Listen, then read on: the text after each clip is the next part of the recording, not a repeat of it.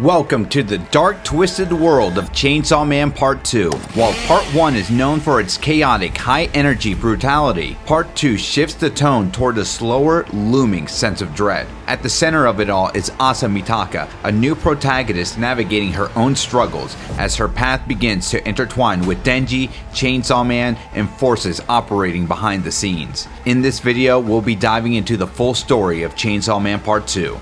Enjoy.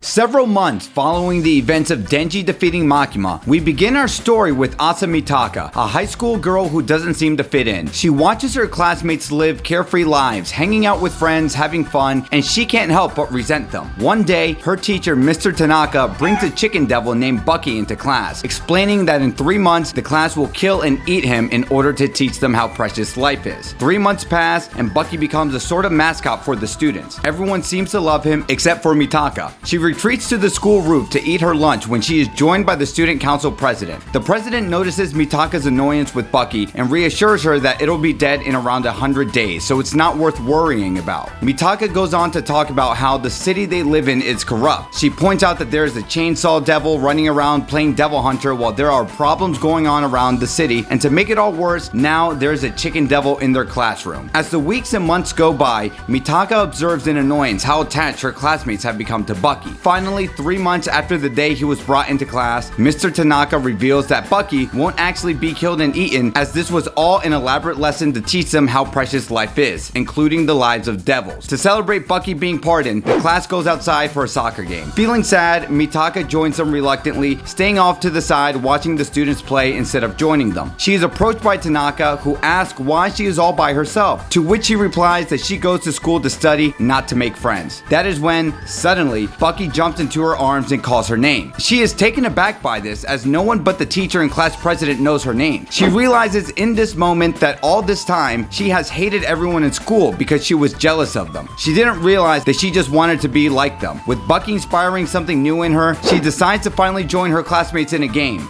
when she suddenly trips and falls. When she gets back up, she looks on in horror as she discovers she has accidentally crushed Bucky underneath her, exposing his intestines to the entire class. Some of them are in complete shock, while others are seen crying. Asa, swelling with crippling anxiety and disgust, vomits and passes out. Mitaka comes to school the next day and feels her classmates' stares, judging her. She returns home completely ashamed, wishing she would die. In the middle of the night, while she soaks in her bed, she hears her doorbell ring. Outside are Tanaka and the class president, who have come to walk her to Bucky's grave. They tell her that Bucky's spirit might forgive them if they visit him. On the way there, Tanaka and the class president cross the street, and Mitaka stays behind. The class president realizes it's because Mitaka won't cross the street without the green traffic signal and begins to berate her for being a goody two-shoes. Suddenly, she mutates into a multi-headed colossus made of muscles and reveals that she made a contract with the Justice Devil, claiming that she and Mr. Tanaka had been having relations, but he had a thing for Mitaka which held them back. Because of this, the only way for them to be happy is to kill Mitaka. She also reveals that her plan was for Mitaka to kill Bucky in order to humiliate her. The transformed class president lunges at Asa with her claws, and in her last moments, Asa is in peace, knowing it wasn't her fault after all for killing Bucky, and perhaps if she had lived a more selfish life, she could have had friends or even a boyfriend. Her face is then clawed open by the class president, and she is left on the ground with one of her eyeballs exposed. In that moment, a devil that takes the form of an owl appears above a streetlight. It tells Asa that if she wants to live, her body belongs to it. Her corpse suddenly reanimates itself and stands up. She turns Tanaka's spine into a sword as she proudly claims herself to be the War Devil, showing off her ability to turn objects into weapons of war. As the Justice Devil strikes, Asa easily decapitates one of its arms and morphs it into a grenade. Then she slices the Justice Devil's entire body in half and throws the grenade to destroy the both of them. As she is walking away from the explosion, she sees a poster on the wall with Chainsaw Man's face on it and vows to find him and make him vomit up nuclear weapons again. The next day, after the War Devil killed Tanaka and the Justice Devil, Asa wakes up in the bed, realizing she is missing her scars. She turns to her side to find herself with scars on her face and spiral eyes sitting on her bed. This is the War Devil, who reveals to her that it killed her but kept half her brain intact. Its plan is to wage war with the Chainsaw Man, but in order to do so, has to assimilate into the high school where he supposedly attends. If Asa doesn't comply, she will be killed completely. The two of them walk to school together, and Asa finds out that only she she can see the War Devil, as it is a hallucination from her mind. When they arrive at school, Asa is stricken by fear, still feeling anxious about how her classmates views her for the incident with Bucky. Yoshida, yes, this Yoshida, approaches Asa and asks if she's okay. To Asa, the War Devil tells her to ask Yoshida if he knows where the Chainsaw Man is, but she refuses. The War Devil suddenly enters her body, and Asa takes the War Devil's place outside her own consciousness. Asa, now appearing with scars on her face in front of Yoshida, asks where the Chainsaw Man is, but Yoshida acts aloof, answering he just transferred to the school, so he is unaware. The War Devil follows up and asks Yoshida if he wants to be her boyfriend. Yoshida refuses. Asa, watching the events unfold in her own consciousness, is in complete shock, immediately blushes and demands the War Devil why did she ask him out. The War Devil tells her that she has the ability to turn what's hers into weapons. She continues, saying that she can turn many humans into weapons as it can to go to war with Chainsaw Man. Feeling concerned, Asa begins talking to herself, wondering if she can fully take control of her body, and comes up with a solution to speak with the Devil Hunter. However, the War Devil tells her that if she reveals the War Devil's identity to anyone, she'll eliminate her. War Devil confirms that Asa can't hide her thoughts from her since they share the same mind and consciousness, and reveals there is a Devil Hunters Club, asking Asa to join it in the hopes of finding out more information about Chainsaw Man. The War Devil then proposes that if the two can defeat Chainsaw Man, she will return her body to her. Asa forces herself to go to a Devil Hunter Club meeting, and there she is paired with two other students to hunt down a devil by the end of the week as initiation into the club. One of the students she was paired with was Yoshida, once again feeling embarrassed by the situation she has found herself in. Asa, Yoshida, and the girl with glasses walks down the hall of the school hunting for devils, trying to make small talk, while Asa lingers behind them. The girl in glasses introduces herself as Yoko, and she is a big fan of Chainsaw Man. She asks if the others also like him, to which Yoshida says he is also a fan, and Asa lies and claims she has as big as a fan as most other people. As she's leaving the school, she realizes that someone stuffed raw chicken meat into her locker all over her shoes. Completely disheartened, she attempts to leave the school barefoot, to which the War Devil warns her that her feet will get hurt, but she ignores it. Just then, Yuko comes running out with one shoe off, saying she will share one of hers with Asa's. Asa refuses the kind gesture, but Yuko makes her chase her throughout town to give it back. The two of them end up at Yuko's house, to which she invites Asa in, but once again she declines. Yuko sees Asa off, giving her both shoes this time, as Asa walks home with the War Devil pestering her.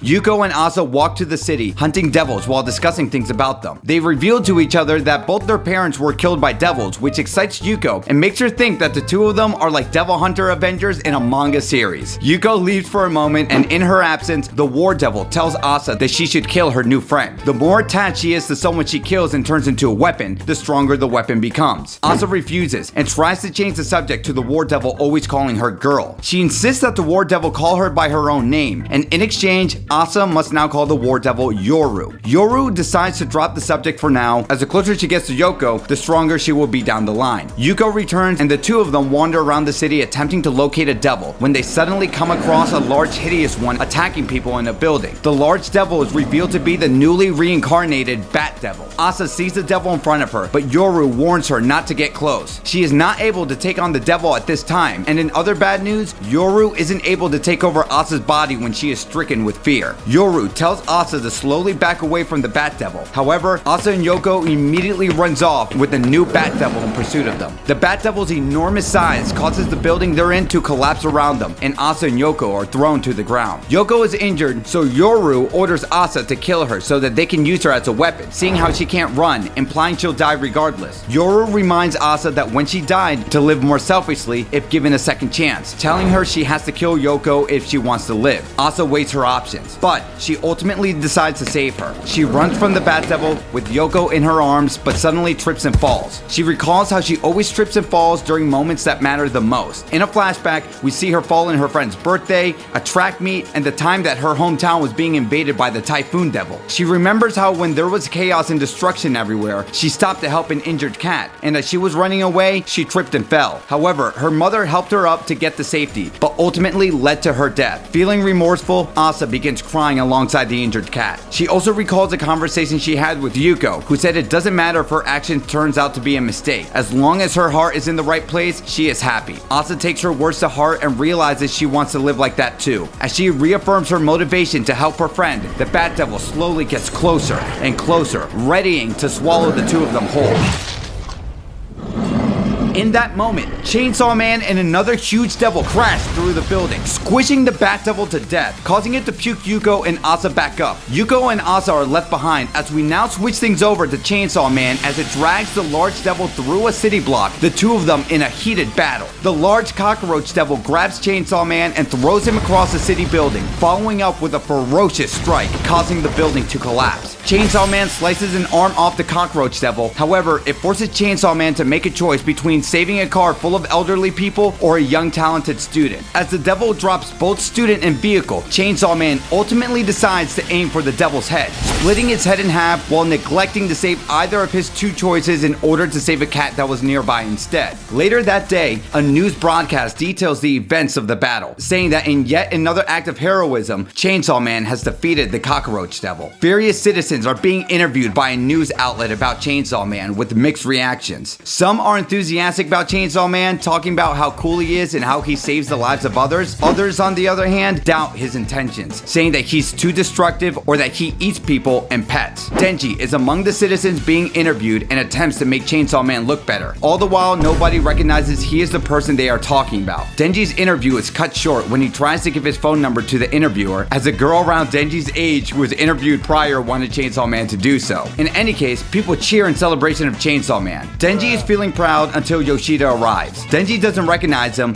yet Yoshida brings up the International Assassins incident, in which Denji pretends it never happened. I mean, honestly, can you blame him? Anyway, they visit a cafe where Yoshida offers Denji a meal. He reveals that he goes to the same high school as Denji and that he is part of an organization seeking to protect Denji from having his secret identity revealed to the public. Disinterested in what Yoshida has to say, he starts devouring a cake with his bare hands. Yoshida asks Denji why he's fighting as Chainsaw Man when there's nothing to gain from it. However, Denji tells Yoshida that he wants his identity to be revealed because it will get him more ladies. Yoshida, confused, is left speechless. While Yoshida figures out a way to prevent Denji from revealing his identity to the public, let's switch things over to Yoru, who pounds her fist and screams into a pillow, annoyed that she and Asa were saved by Chainsaw Man. Asa asks why the War Devil wants Chainsaw Man eliminated so badly, to which Yoru opens up about how during her fight with Chainsaw Man alongside the other four horsemen, her body was partially consumed, weakening her and explaining why there had been no major war since the World War. Being worried that the concept of war has been relegated to just being a media subject, everyone would eventually forget about the concept and she would cease to exist. Asa asks if Yoru is afraid of being forgotten, but the devil had already fallen asleep. In school, Denji is shown to be acting as a seat to a girl when he's interrupted by a student telling him Yoshida is looking for him. Denji explains that for every 10 minutes he pretends to be a chair, he gets paid 10 yen. Yoshida returns Denji's student ID card, explaining that he won't let Chainsaw Man's identity get exposed. Denji tries to back away, only for Yoshida to pay him 10,000 yen if he stays in and acts as his seat. Now, sitting on Denji, he asks if he's trying to expose his identity in order to get a girlfriend, to which he confirms. Yoshida then offers to find him a girlfriend only if Denji promises not to expose his identity to the public, to which Denji agrees and explains that his type is a girl who's desperate for a boyfriend. Thinking for a moment, Yoshida realizes he knows a girl who seemingly fits that exact description. Later, we see Yoshida, Denji, and Asa outside. Yoshida explains that Asa was saved by Chainsaw Man and Denji is a huge fan. Asa explains that she used to hate Chainsaw Man, bringing up several reasons as to why, such as being covered constantly in filth and only saving women, making him a degenerate. Denji, however, refutes each claim with increasing frustration as he hears Asa talk about Chainsaw Man eating people, admitting he only did it once. Asa claps back and says that Denji, who's a Chainsaw Man simp, wouldn't know what Chainsaw Man is like. As a result of Denji's frustration, he confesses that he knows information about Chainsaw Man because he is Chainsaw Man. Asa dismisses him as a loser and leaves, prompting Yoshida to observe that nobody would believe him if he declared it so shamelessly. Leaving Denji on the roof, Yoru is furious that Asa did not eliminate Denji for admitting to being Chainsaw Man. Asa, on the other hand, is still unconvinced, explaining how it makes no sense for him to be a mega fan as well as the real deal. Yoru demands that Asa hunt for another devil in order to get into the devil hunting club, though she says that she's going to visit Yuko instead. Enraged, Yoru asks how spending time with Yuko would lead to Chainsaw Man revealing himself, though Asa responds that if they led a devil to the school, he would reveal himself anyway. Yoru is left to think of a plan, while Asa remarking that perhaps she can overcome Yoru by controlling her. Later, Asa arrives at Yuko's house, and they sit with each other, revealing their deepest, darkest secrets. Yuko admits to reading self-help books on how to make friends, whilst Asa confesses that she wet herself during class one day. After laughing uncontrollably, Yuko shares one final deep, dark secret to Asa, casually revealing how she took out her neighbor for gambling away his welfare payments. Asa quietly takes some time to process what she just heard, nervously wondering if what Yuko said was in fact no joke. Smiling, Yuko even offers to show Asa the body, then reveals she made a contract with the Justice Devil, granting her the ability to read minds in order to understand those around her and to help Asa. And as a result, she is aware of Yoru and the cause of death for both Tanaka and the previous class president. As they are now besties, Yuko decides she will handle Asa's bullying problem and tells her not to come to school tomorrow. Later on, when Asa asks Yoru if Yuko made that contract with the Justice Devil because of her, Yoru replies yes. Asa wonders about Yuko's statement, and Yoru replies that she will eliminate the classmates who bullied her. She decides to talk Yuko out of it tomorrow, but Yoru runs through her body, now in possession of it. In order to defeat Chainsaw Man, the War Devil announces that she will eliminate Yuko should she transform at school in the event Chainsaw Man appears, adding that she will stay in control of Asa's body until Yuko is deceased. At Yuko's house, like her role model Chainsaw Man, Yuko talks excitedly into the flames, determined to eliminate Asa's buddies. The next day, Yoru arrives at the school and confronts Yuko. Yuko tells the War Devil that she won't be able to defeat her since she can read her every move. Yuko transforms into the Justice Devil as the War Devil antagonizes her, ready to attack. They begin battling, but Yuko is able to read all of Yoru's movements. Students nearby discover Yoru being slammed through a classroom as they witness the ongoing battle. Yuko attacks several students who she believes are bullies until Yoru tosses a spear-shaped pencil as a sneak attack, but fails as the Justice Devil manages to catch it, reiterating that she can read Yoru's every move. Just then, Akoku, a member of the Devil Hunter Club, arrived to assist the War Devil. The Justice Devil doesn't want to injure innocent students, so Akoku seizes the opportunity to strike her. From a distance, another Devil Hunter Club member strikes her with the crossbow, while a third female member slashes the devil with her weapon. The Justice Devil, claiming the Devil Hunters Club ganged up on her, uses that excuse to eliminate two of them and throw the female hunter out a window. Yuko confronts Yoru once more, claiming she knows where she hid all of her weapons throughout the school. Realizing that her effort is futile, Yoru decides to leave the battle to Asa as a last resort. Asa tells Yuko what she is doing is wrong and asks Yoru how to turn an object into a weapon. The War Devil tells her to tap onto something belonging to her and say its name. Asa touches her uniform as it strips off of her, turning it into a sword. She tells Yuko she'll handle the bullies without her, but Yuko claims that by eliminating bullies as a devil here, other bullies throughout Japan would be afraid. With the power of the Justice Devil, she can become a symbol like Chainsaw Man. She continues, revealing that the Justice Devil asked nothing in return for a contract, but rather only gave her a heart that shines with justice. Angered, Asa slashes at Yuko's leg, but nothing seems to happen. After a slight delay, Yuko's torn apart into many pieces, revealing the true power of Asa's attack, which Yoru is surprised by. Asa explains that her dress was gifted to her by her mother, so it held a lot of value to her. The sight of Yuko on the floor brought back a memory of Bucky's motionless body to Asa's mind. At that moment, a woman tells Asa she can save Yuko if she desires. Taking a closer look at Asa, she reveals spiral eyes similar to that of Makima and identifies herself as Asa's older sister. As devil hunters arrive at the school, Yuko, who has grown tremendously in size, bursts out through the school.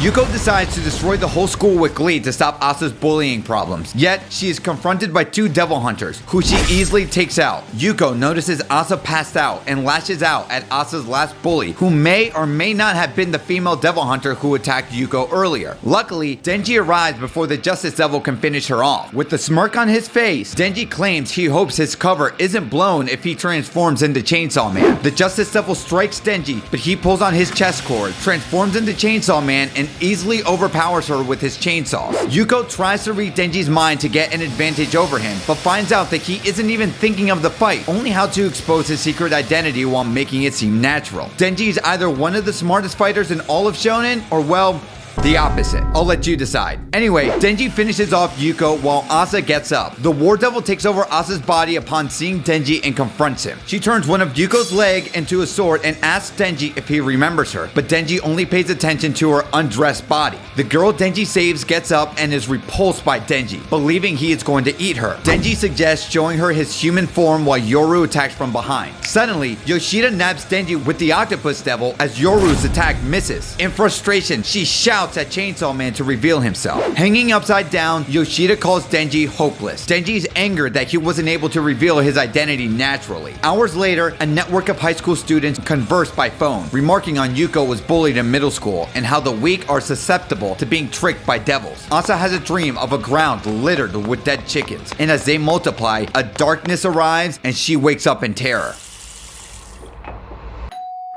Her doorbell rings, despite it being 1:25 in the morning. It is Yuko, who says that she has been turned into a devil and she may try to eat Asa, so she should not open the door. Asa opens the door anyways and sees Yuko's horribly mutated new form. Yuko came to tell Asa she's leaving to find her devil hunter relative who she thinks can heal her. She continues, confessing she made a contract with the Justice Devil, not just to save Asa, but to be idolized like Chainsaw Man because she was friendless, and in the hopes of saving Asa, perhaps she could have gained one friend. She bids farewell and warns Asa that the Justice Devil is still at the school and to not make a contract with it. As a parting gift, Asa gives Yuko her shoes, mirroring the kindness she showed to her when they first met. The two laugh, while Yuko promises she'll return the shoes one day. Yuko leaves, jumping from building to building, until she stumbles upon a group of birds, wishing she can read their minds. Denji, Nayuta, Asa, and the girl Denji saved from the Justice Devil are seen sleeping. Yuko, on the other hand, is shown to be beheaded by a figure with a silhouette resembling that of Chainsaw Man.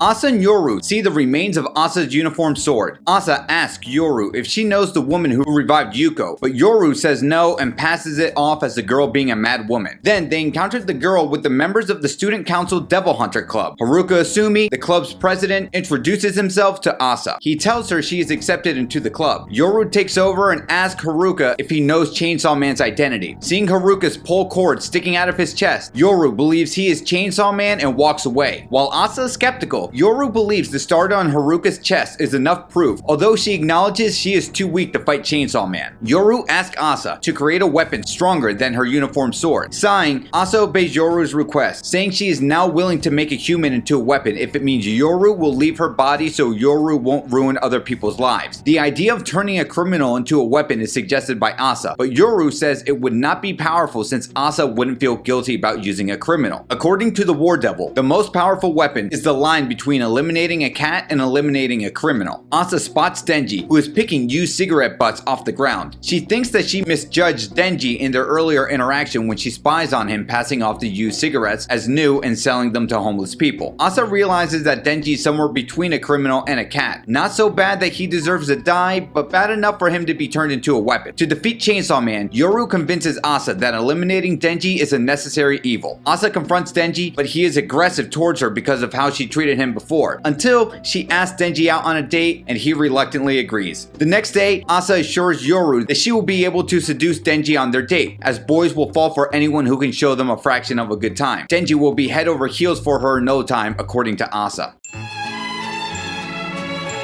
During the date, Asa sticks to a plan, endlessly lecturing Denji about anemones. Denji wants to go see penguins, as he has never seen them before, but she rejects the idea, believing this is the plan for a perfect date. The second time Denji interrupts, she is confused, thinking he should have fallen for her by now. Asa tells Denji to shut up and stick to the plan. Then, he tells her that he decided to start thinking for himself, and he ditches her to go find penguins. Asa believes Denji is in the wrong. Yoru thinks she's boring, but Asa calls her and Denji the boring ones, as she studied ocean facts at the library for the date. Suddenly, the girl who healed Yuko appears, telling Asa that as long as she is trying to do the right thing, she cannot turn a human into a weapon. The falling devil reveals herself as Fami, the War Devil's older sister. She disappears with Yoru and says that a starving human should be able to abandon their morality and that Asa will not be allowed to leave the aquarium until she turns Denji into a weapon. Denji returns and reveals that the Eternity Devil has returned from hell, trapping them in an endless aquarium. Asa gets frustrated after walking for some time, while Denji confirms once again that this is the doing of the Eternity Devil. However, Asa does not believe him. Then they run into members of the Devil Hunter Club, Haruka, Segi, and an unnamed member, someone from Kobeni's family patrolling the aquarium for devils. Kobeni's relative panics, having not seen a devil in person before. Yoshida appears, claiming he also happened to be there at the same time as them. Asa questions whether she should turn Denji into a weapon or eliminate Haruka, who she believes is Chainsaw Man. After failing to find the Eternity Devil, the group stumbles into a room and discovers they can obtain water from repeating rooms as well as fish to eat by exploiting the endless confines of the aquarium. The group is bewildered when Asa says she can't eat fish, not because she's allergic, but because it grosses her out as she awkwardly leaves. Asa sighs and notices Denji. She argues with him after she catches them stealing money, telling each other to go to hell. Denji storms off while Asa thinks about how she can contribute to the group. She realizes she still has her mother's phone and tries to get a cellular signal, but breaks the phone after she trips and falls. Haruka shames her. Feeling abandoned and defeated, Asa sits down. It has been roughly 3 days since the Eternity Devil started its attack. The fish have all rotted and the toilets are unusable. Haruka tells Asa that if she hadn't broken her mother's cell phone when she tripped, the others would have been able to escape the aquarium. As she feels insulted, she reminds Haruka that he claimed to be Chainsaw Man and should do something to help. Haruka asks what she's talking about, and she reminds him about the starter on his chest. Haruka reveals the implant on his chest is actually a surgical implant, and he got it because he is a huge fan. Asa, in disbelief, asks him to confirm that he isn't the actual Chainsaw Man, to which Haruka breaks down, laughing, begging Chainsaw Man to save him, much to Asa's horror. In response to Haruka's hysteria, Yoshida suggests to Denji that he should do something to fix the situation. Denji tells Yoshida that the only reason he defeated the Eternity Devil in his first fight with it was because it revealed itself to him. However, since the devil is nowhere to be found, he cannot do anything. Denji then asks Yoshida if he can do something, to which Yoshida pulls out a cell phone. Despite this, Yoshida tells him that just one signal isn't enough to call for help, and that the Eternity Devil's power has effectively stopped time outside, making any attempt to call pointless. Furthermore, he tells Denji he is fine with dying, before asking him if Chainsaw Man can eat the Death Devil, to which Denji does not respond. Denji then leaves to find Asa, asking if she's okay as soon as he notices her sulking. After she replies that she is hungry, Denji suggests she eat the fish, but still refuses to do so. Asa then apologizes to Denji for asking him out on a date and getting him mixed up in their current situation. As she opens up, she says that she had tried to turn him into a weapon, but found that she wasn't able to do so because she isn't so sure if what she is doing is morally right. She believes her obsession with messing up makes her a bore to everyone around her, and she's at a loss as to why. As Denji sits across from her, he offers her an edible starfish, asking if she has ever eaten one. Denji points out how this is the only option since she can't eat fish, to which she concedes. However, she claims raw starfish must be boiled as they are toxic. He takes her back to the common room and shows her a pot and lighter he found, as they now have a heat source. When they sit down to eat, Asa notices that there are a lot of school hats lying around, to which Denji reveals he planned on selling them. When Asa asks why he seems obsessed with money, Denji reveals he's saving money for college tuition for a sort of friend, sort of little sister living with him. He explains he never had a normal life and wanted her to grow up having one. The two then eat the starfish. Asa is repulsed by the taste, causing Denji to burst out laughing, saying that even though she bores the hell out of him, she is still fun to be around. Inspired, she asks him to confirm what he said, to which Denji remarks that her newfound bravado reminds him of an old friend. Looking at the hats, Asa figures out a way out of the aquarium by getting as much money as they can find. The two run through the hall, managing to earn a total of 1,000,000 yen. After Asa asks Denji to hand over the item, he initially refuses, but when she offers him anything in exchange, he concedes. She tells him to cover his eyes and ears while remembering what Yoru said about how her powers work and what counts as owning something. Asa closes her eyes and uses the 1,000,000 yen to buy the aquarium so she can turn it into a spear. As Denji waits for Asa to finish her plan, he realizes he is mindlessly obeying someone else just because she said she would grant any request. Before he could think further, he noticed a penguin right before him. As he picks it up, the effect of Asa's deal takes place, with the whole building turning into a spear whilst leaving the devil who trapped them exposed out in the open. The Eternity Devil mocks Asa for even thinking that 1,000,000 yen is remotely near enough to purchase an aquarium, before cursing at Bambi, saying that Asa's actions weren't part of the deal they made. Before the Eternity Devil can strike Asa, its arm is caught by a tentacle, with Yoshida mockingly remarking that the devil helped him appreciate life more. Yoru takes over Asa's body and flings the spear into the devil's chest, impaling him in a single strike and exploding, releasing all the aquatic wildlife that was kept there. The other Devil Hunter Club members are stunned, stunned, with Haruka theorizing aloud as to who Asa truly is. All the while, Denji is too distracted playing with the penguin to notice Asa's actions. As Fami watches the scene unfold from a nearby rooftop, she remarks that something else must be tried. Seeing her, Yoshida locks eyes with the Famine Devil. The Devil Hunter Club members are shown talking to several devil hunters about the incident, while a surviving aquarium staff member takes Denji's penguin, much to his disappointment. He walks Asa's home, with Mitaka remarking how badly the date had gone. Denji says that he managed to touch a penguin, so there was at least a silver lining to it. Reminding her that she promised she'd fulfill any request, he ends up asking her out on another date, saying that since he's more experienced, he could teach her how to enjoy herself more. Asa agrees, with Denji flashing a peace sign in response. According to Yoru, since they are connected by their brains, they are experiencing identical emotions, love, much to her irritation and Asa's embarrassment. In spite of this, Yoru decides to continue with the plan, taking over her body before attempting to turn Denji into a spinal cord sword. The attempt at turning Denji into a weapon turned out to be a complete failure, with Denji being confused by Yoru calling out Denji's spinal cord sword. After several attempts to transform Denji, she is bewildered when the boy grabs her head and shouts "Asa, spinal cord sword," thinking it's just a fun way to say goodbye. Asa berates Yoru for trying to transform him into a weapon, and Yoru says that it should have worked since they hit it off so well. Asa theorizes that perhaps it didn't work because transforming the other person requires them to share the same feelings. This leads her to conclude that Denji probably doesn't feel the same way. Regardless, Yoru remarks that due to how little sleep they got in the aquarium, she is going to bed. Asa asks about Fami, to which Yoru responds that it's the Famine Devil and it's been too long since they last met that she can't remember her, advising Asa to avoid her at all costs. But before Asa could ask why, Yoru passes out. Asa thinks about Denji, growing irritated at him for seemingly not reciprocating her feelings despite all they did. The next day, Denji suggests he and Asa attend the local movie theater for their second date. Yet, Asa, still annoyed at him, remarks that this idea is way too expensive for her, and that video rentals would be cheaper. Denji asks if she has a VCR at her place, which she says she doesn't. Then, she asks him if he does, to which he replies yes, and Asa remarks that the date should be at his place. Denji is shocked that she wants to come over, but Asa says that they can call off the date if he does not want her to come. He eventually gives in, agreeing to let her stay at the house, as long as she follows the house rules, which she cannot break. Asa asks what would happen if she did, and Denji replies that she would die in the worst case scenario. Later, arriving at their apartment, Denji explains that the first unbreakable rule is to not touch any front door aside from his own. Asa asks why would she do something like that, to which Denji agrees and leads her inside. When Asa sits down to watch the movies with him, Denji explains rule 2, not to open the fridge, to which Asa replies that she wasn't even planning to do so. Finally, he explains the third rule. His roommate is currently out walking their dogs, and she tends to overreact, so no matter what, they should never make out in front of her. Embarrassed and offended, Asa shouts that she has no plans to make out with him, shooting Denji down when he tries, saying that one thing could lead to another. After Denji points out that she asked him out, she says she hates him, much to his surprise. Calming down, Asa explains that he should just stay away from her, since she has to follow her own deadly rules, or else he end up dead. As she turns back to the film, she tells him she'll leave after it ends. After watching the movie for a while, Denji begins to question whether Asa was just using him or if he messed up somewhere during their date. Then he wonders if it's because of his body odor, which he compares to the smell of a wet dog, though he wonders whether dogs actually smell bad. Upon turning to Asa, he discovers Yoru staring back at him. She kisses him, much to Denji's shock, and places her hand on his head, similar to when she tried to turn him into a weapon before. But before anything else can proceed, the door opens, and 7 dogs start running into the room. In the doorway, a young Naita stands with similar looking hair and clothing as Makima. Pointing at Yoru, she calls her a thief as a chain shoots out of her finger to pierce Yoru's forehead. Immediately as she's attacked, Yoru begins to bark madly like a dog, much to Naita's amusement. Enraged, Denji asks Naita why she did this, to which she replies that Yoru spat on her property. Having reminded Naita that he only belongs to himself, Denji demands that she return Asa to her normal personality as soon as she is fed. After finishing her meal, Naita asks Denji if it would be a good idea to turn Yoru back to her true self, as every woman he's met has only used him for their own selfish gain. When Denji insists he thinks Asa's different, Naita relaxes, noting that Denji can't get seriously hurt anyway. She agrees to turn Asa back to normal, but she has 2 conditions. First, she can have ice cream every day of the week, and second, Denji must stop trying to romance Asa. Denji is confused by the second one and asks why, to which Naita remarks how awful her scent is. Naita then remarks that she'll alter Asa's memories to believe Denji stood her up for the date. As Denji retaliates, Naita argues that even if they were to see each other, he shouldn't care how she felt about him. In order to protect Asa, Denji agrees to Naita's conditions. Afterwards, hours, Asa stands by herself at the school's entrance. Yoru says it's late and thinks they were probably stood up, so the two of them should target a different boy. Asa begins rambling out loud while also trying to sound indifferent about being stood up. She comments on how she should be focused on returning her body to normal until Yoshida appears and asks if she is okay. After she responds that she is not really doing anything, he asks her if she would be able to keep him company. Later in the day, Yoshida takes Asa to the Devil Hunters Club council room for some coffee. Asa wonders why he's spending time on her since he must be so busy as a public devil hunter, assuming it's because he loves her. When asked about why she was mumbling at the school gates, she states she was thinking about how it's better to live a life of solitude. Yoshida agrees, saying that nowadays, single people can just as easily succeed as couples. This is seen by Asa as a sign that he likes her, and instead of confessing, he says he wants her to stay away from Denji. When Asa asks him why, he refuses to elaborate before leaving.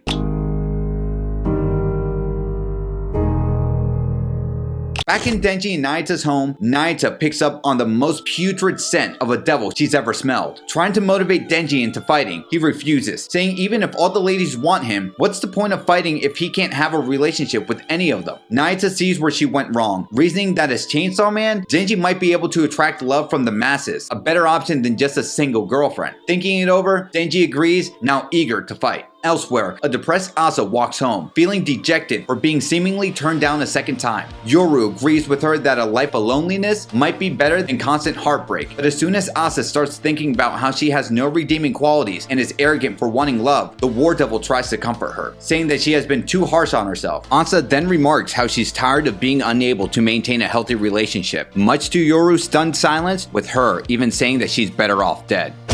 Suddenly, Asa notices the corpse of a middle-aged man on the ground near her. Yoru quickly takes over, demanding Asa stays back as she looks up to see every occupant of the complex outside their doors staring directly down at them. We switch things over to the restaurant Yoshida brought Denji previously, with Fami of all people making an extraordinarily large order. Yoshida tells Fami to slow down as that is quite an expensive order, especially since he has to pay for it. The Devil Hunter criticizes Fami for choosing an alias with little effort, but Fami replies, saying that she doesn't care if her identity is revealed. He then proceeds to tell Fami about the Prophecy of Nostradamus, which predicts the extinction of humanity in July 1999. Despite the public's lack of interest, public safety took it seriously, and in exchange for their release from custody, 30 convicts made a contract with the Future Devil. For an unknown price, the convicts received the knowledge of their deaths, revealing that 23 of the 30 will die in July 1999. Yoshida tells Fami that public safety believes she is involved with the prophecy and threatens to treat her as a wild devil if she doesn't cooperate. In response, Fami reveals that the remaining 7 convicts will all die this week. Furthermore, she reveals that a primal fear appeared 40 seconds ago at East District's Tamino's apartments, and that she will be the first devil to cast the world into the abyss of terror. In an apartment, a couple celebrates one of them getting a promotion. One of them asks if they can buy a car if they get a raise, but both decide owning a car is way too expensive. After a brief moment of silence, they abruptly drop the subject and mutually agree that they should perish. Then, they proceed to walk to the balcony and jump to their deaths. Yoru watches in confusion as countless people drop to their demise before her. She summons a ruler sword and takes a stance as a mangled figure emerges from the pile of corpses. Yoru, misjudging the situation, runs away, claiming she cannot win. After attaching a head to herself, the falling devil notices that she is naked and covers herself with the chef's uniform. Her name is revealed, and she announces that she is the chef tonight as requested by Hell's residents. Meanwhile, Yoru is trying to escape while trying to communicate with an unresponsive Asa. The falling devil claps her hands together as we journey through Asa's thoughts, currently going through one of her traumatic memories where the orphanage lady convinces Asa to let go of her cat, Crambone, that she saved at the expense of her mother's life, arguing that one child was allergic to it and Asa should be socializing with the other kids there. Asa hands the cat over, only to later learn that Crambone drowned in the nearby river. When Asa talks to the orphanage lady, the woman responds that it is unfair for Asa to still have a family member while the other orphans have nothing. Deeply unsettled by this memory, Asa wakes up, screaming in terror, releasing control of the body from Yoru. Asa quickly grabs onto a nearby railing as she finds herself to be falling upside down. Due to the falling devil's powers tapping into people's traumas, countless others fly up into the air, with some of them going into floating doors, which presumably leads to hell for being devoured. In a desperate attempt to regain control, Yoru tells Asa not to be afraid. However, Asa begins to lose her grip on the railing. While falling, Yoru instructs her to shout, "Nail knife." Asa does so, and her fingernail rips itself off and transforms into a knife. The pain makes Asa forget about fear, which lets Yoru regain control. Because the gravity manipulation has no effect on her, she falls back to the ground. Yoru instructs Asa to focus on her pain and speculates about the devil's identity before assuming that it is the falling devil and that Fami is likely to be involved. However, as Asa experiences another traumatic flashback, Yoru slashes her hand, hoping it will keep Asa from being scared. Much to Yoru's surprise, this has the opposite effect and Asa becomes afraid of Yoru instead. Before she loses control, she dashes under a building to not fall into hell when gravity reverses on Asa. In response to Yoru's frustration, Asa argues that she has no reason to trust her since they don't even know each other, how Yoru always says disturbing things, takes over her body whenever, and just cut her hand. Trying to change the subject, Yoru blames Asa's negative feelings on the falling devil's powers. Yoru's lack of care and understanding frustrates Asa, who says that since she can read her mind, she should know what she's afraid of the most: solitude and companionship. Because of her trust issues, Asa is lonely, but she fears that something will always go wrong when she tries to approach people and she will end up alone again. Yoru is left speechless. Meanwhile, several devil hunters have been eliminated by the falling devil. She keeps one alive, however, and proceeds to serve him as a dish called Diru Atlanta to Hell's residents. Suddenly, a massive worm emerges from the door while the devil hunter looks on in horror. While the demon feasts on its prey, the falling devil announces it's almost time for the main dish, which will consist of Asa and Yoru. Chef Mami blitzes through a crowd of people, ripping out their eyeballs and ears. As she collects 4 ears and 10 eyeballs, she considers the next ingredient. She visits a supermarket to shop for apples. She asks the store clerk, who's pinned against the ceiling, which apples would best pair with human flesh. Slurring her words, the clerk apologizes, utterly terrified. Assuring her that she means no harm, the falling devil leaves the store without paying. Suddenly, she remembers that she forgot about one ingredient, a man's head, so she asks if anyone is willing to lend her one. A group of devil hunter snipers open fire, destroying her body. She instantly regenerates, revealing that she is immune to any and all attack humanity currently possesses. In an effort to avoid meaningless bloodshed, she asks again if anyone is willing to spare her their head. The devil hunters open fire again. Annoyed, she uses her ability to destroy everything around her. Amidst the chaos, she quickly beheads one of the devil hunters and takes their head. With all ingredients complete, she prepares to go after Asa, but Denji arrives, ripping her apart with his chainsaws in a surprise attack from behind. He shouts how she is an apple thief. She quickly regenerates and retaliates, beheading him and slicing him up, but he reassembles and tears her apart once more, much to her surprise. The fight between the falling devil and Denji continues, with the falling devil regenerating and sending Denji flying into a nearby building with a powerful kick. She tries to reason with him, saying that she won't kill any more humans besides Asa, and as such, they should stop fighting. Upon hearing this, Denji becomes even more motivated to fight, telling her to keep her hands off of his ex-potential girlfriend. The falling devil stops his attack midair and orders him to fall, which forces Denji into reliving the trauma of Aki's and Power's deaths. With Denji falling into the sky, the falling devil prepares to pursue Asa once more, but Denji attacks her again, ripping her in half. He reveals that by cutting up his brain, he temporarily becomes incapable of cognitive function, thus protecting himself against mental attacks. He starts imagining the falling devil as a French corn dog and starts eating her. The falling devil lets him partially eat her, then regenerates inside him, ripping him in half. Eventually, Denji runs out of blood and cannot regenerate. Having dealt with Denji, the primal devil pursues Asa. Suddenly, an unknown figure appears next to Denji. By cutting open their palm, they heal Denji. Meanwhile, the falling devil has found Asa, looking terrified. Gripping onto a loose exhaust fan cover, Asa is holding on for dear life, only for a falling devil to grab a hold of her head. She tells Asa that she's more afraid of the pain by falling to her death than dying itself, and she promises Asa a peaceful and painless death if she closes her eyes. As she considers the injustices in her past, such as her former caretaker murdering her cat and Yuko becoming a devil, she accepts the falling devil's offer and lets go. While all this is happening, Yoru screams in panic, helpless to do anything. As she falls, she admits that falling devil was telling the truth, and that now she has no need to worry about hurting others or being hurt. However, she reveals her one regret, wishing she had some form of companionship, even if it were with just one person, only for her thoughts to be interrupted by Denji as Chainsaw Man jumping up to rescue her. Asa pleads to Chainsaw Man to let her go, reiterating her nihilistic worldview of how life is full of suffering. Denji initially agrees, but as soon as he notices that the negativity is causing her to race upwards, he tries to overload her thoughts with those of dogs, cats, and ice cream. Soon, the two have stopped floating upward. But Asa, still clearly affected by Crambone's death, asks Chainsaw Man what would he know about grief, to which he replies that he understands the feeling. As soon as things start looking like they're only going well, a catastrophe happens that makes life seem unimportant. Denji continues to speak, stating that some days are just drowned out with negativity. Asa asks him how he's able to overcome such negativity, to which he admits he hasn't yet, but he's able to look past a crap burger because he has a desire worth fighting for. Asa asks what that desire is, to which Denji enthusiastically replies that it's sex. Still in tears,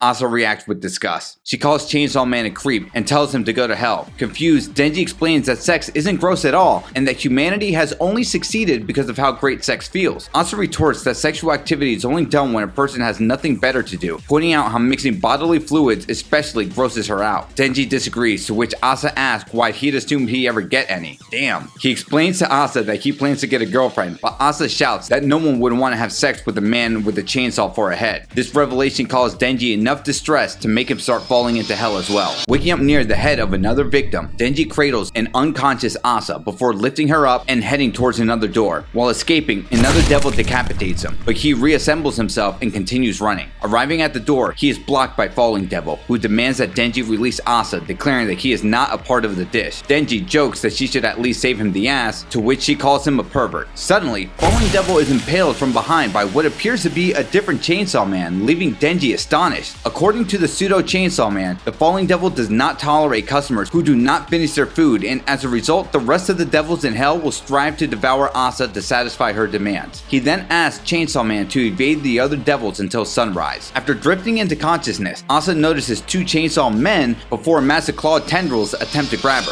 Denji and Asa leap out of a doorway, arriving back on Earth. Due to the monster's attack, Chainsaw Man is bleeding from the stomach. Yoru appears beside Asa, requesting she finish him off in exchange for returning her body. The moment she notices Asa begin to hesitate, she becomes frustrated and lashes out at her, annoyed that she does the opposite of what she says. Grabbing a rock, Asa jabs at her palm, causing both of them to scream in pain, before using the blood to revive Denji. While Yoru is irritated at her mortal enemies being saved, Asa explains that Chainsaw Man has saved her twice, inspiring her to keep living. Another spiked tendril peers out of the doorway behind Yoru, causing Asa to scream for Chainsaw Man to save her. Just as the tendril is about to strike them, Denji is revived, picking them up and leaping onto cars and building walls in an attempt to evade the demon. As more tendrils appear from nearby buildings, Denji screams that he is tired and may not be able to save Asa. Asa asks him to steal the motorbike she sees on the highway, but he refuses because a woman is riding it. Soon after, she spots a man riding a bike, which Denji is more than happy to steal, although he blames the theft on her. Yet, Denji realizes he has no idea how to drive a motorcycle and asks Asa for advice as another attack is headed their way. By shouting Super Chainsaw Man motorcycle, Asa quickly transforms the bike, which dashes forward on its own with amazing speed, slicing the tendril in half. Racing through Tokyo, Denji discovers his newfound ability to transform bikes, unaware it's Asa's doing. Asa echoes fake Chainsaw Man's advice, outrun the spiked tentacles for freedom. Denji questions her trust in the doppelganger, but she notes he saved them. The tendrils swirl above before crashing down upon them, though Denji and Asa evade them just in the nick of time. The source of the tentacles is revealed to have been the same demon that the Falling Devil was serving. It emerges into the physical world, morphing a hand into a mallet and swinging it at the two. Denji wonders about its power, only for Asa to direct its attention to a floating high-rise building ahead. Falling Devil hurls it at them, but they slice through it. Launching upwards, leaping through the building, they are met with the caterpillar-bodied demon again, whose body opens up to reveal a giant mouth. Heading towards the unknown devil's mouth, Denji tries to steer them out of the way, but Falling Devil forces them inside, remarking that food isn't supposed to be able to run. She asks the devil about the taste of fear-soaked humans, but it responds by vomiting, regurgitating both Asa and Denji from its mouth. Falling Devil, teary-eyed, scolds the devil, claiming that she made the meal with love before obliterating it with a blast of energy. Moving away from the wreckage, Falling Devil apologizes to Fami, revealing Asa's consumption plan was her idea. Fami orders her back, causing her to burst into flames and transform into a miniature version of herself. Naita is also present, and Fami asks if she was able to make the devil throw up. Naita explains that by controlling the devil's brain just slightly, it made the devil believe that humans taste like actual crap. Naita asks why her sister is targeting Asa and Denji, to which Fami reveals that the prophecy is going to lead to the world being overrun with devils. Initially, Initially, Naita seemed to be on board with the idea. However, Fami states that she wants to save the world in order to preserve her favorite foods, fearing that pizza and Chinese food would cease to exist if the prophecy came true. In disgust, Naita immediately switches sides. Fami notes that the prophecy itself will happen no matter what, but she thinks that she can refocus it on the war devil. Naita questions her earlier attempts to consume Asa, but Fami claims it was to starve the war devil, as she is able to control those who are experiencing hunger. She proposes an alliance, but Naita swiftly declines, as she prefers going to school instead.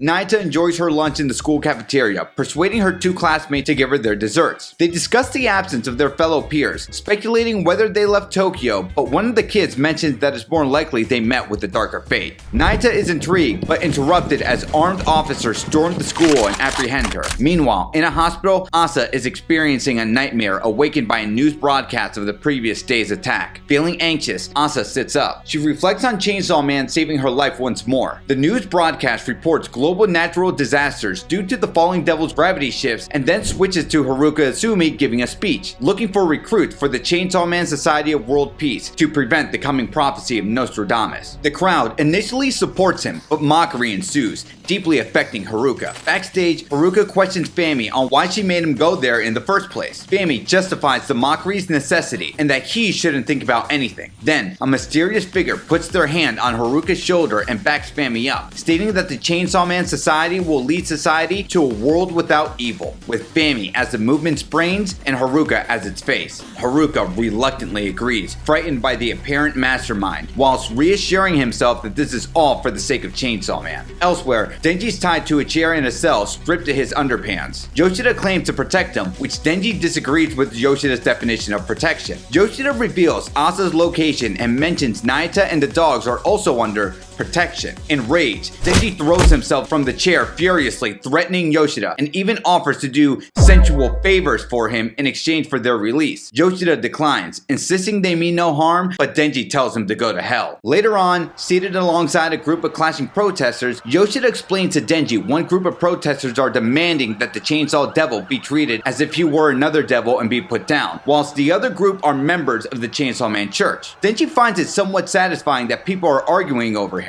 Yoshida explains that the church initially comprised of diehard fans and devil victims, but now mostly consists of unaware high school students. Politicians are funding the church because these students will soon have the voting power, so Denji's public image is slipping from his control. To prevent the likelihood of widespread riot, Yoshida gives Denji an ultimatum: to live a regular life and never transforming into Chainsaw Man, or have Naita executed. Yoshida tries to persuade Denji to choose a normal life, which was what he originally wanted, but Denji declines. He desires both worlds since being Chainsaw Man brings him attention. Yoshida warns that public safety will kill Naita if Denji refuses, but Denji still enjoys the idea of people fighting on his behalf. As Yoshida continues to try and warn him, Denji tries to get his fans to kill Yoshida for him, only to hear Naita call out from the crowd. The two hug, and Yoshida scolds Naita's handler for revealing her prematurely. Yoshida tells Denji he was just about to set him free. Hearing the threat to her life, Naita asks Denji to tell them to f**k off, with the two of them leaving immediately after, leaving Yoshida to wonder if Denji understood what he meant. The next day, Denji strolls past multiple TVs and students, overhearing various opinions about Chainsaw Man. The news of the prophecy has spread, with some students mistakenly believing that Chainsaw Man will face off against Nostradamus himself. When Denji gets home, he starts combing Naita's hair, and she mentions the ongoing clashes between the Church of Chainsaw Man and the police. Denji admits that he's decided to stop transforming into Chainsaw Man because he thinks his current life is perfect, and he doesn't want to put Naita's life at risk for his own happiness. Naita challenges this notion, asking him if he's truly believed what he's saying, sparking an epiphany for Denji later that night. He talks it over with Pochita, wondering if it's okay to aim for a life that's better than average, only to be interrupted by Miyawi joining them. Still awake, Denji flips through channels on the TV and stumbles upon another speech by Haruka. A member of the crowd raises concerns about the church's recruitment demographics and collateral damage. Haruka explains that they informed the city and the Ministry of Defense before their activities and only recruit experienced hunters. He mentions that members must follow Chainsaw Man's principles, fighting for selfless reasons. When asked about these principles, Haruka claims to have received them directly from Chainsaw Man and offers the crowd a chance to speak to Chainsaw Man themselves, surprising Denji. Haruka Haruka rallies the crowd into a chant, and Denji rushes to the phone, eager to address the public. However, his excitement turns to shock as a random hunter claims to be Chainsaw Man. This imposter tells his origin story of being part human and part devil, gaining powers after an encounter with the Justice Devil. He claims to fight to rid the world of devils and elaborates on his motives in biblical terms. Denji shouts at the TV in frustration, waking Nayata from her sleep. He begins to vent, explaining that he never did what he did for any grand purpose, and people started calling him Chainsaw Man in recognition of his deeds. As Denji breaks down in front of the TV, Nayata comforts him.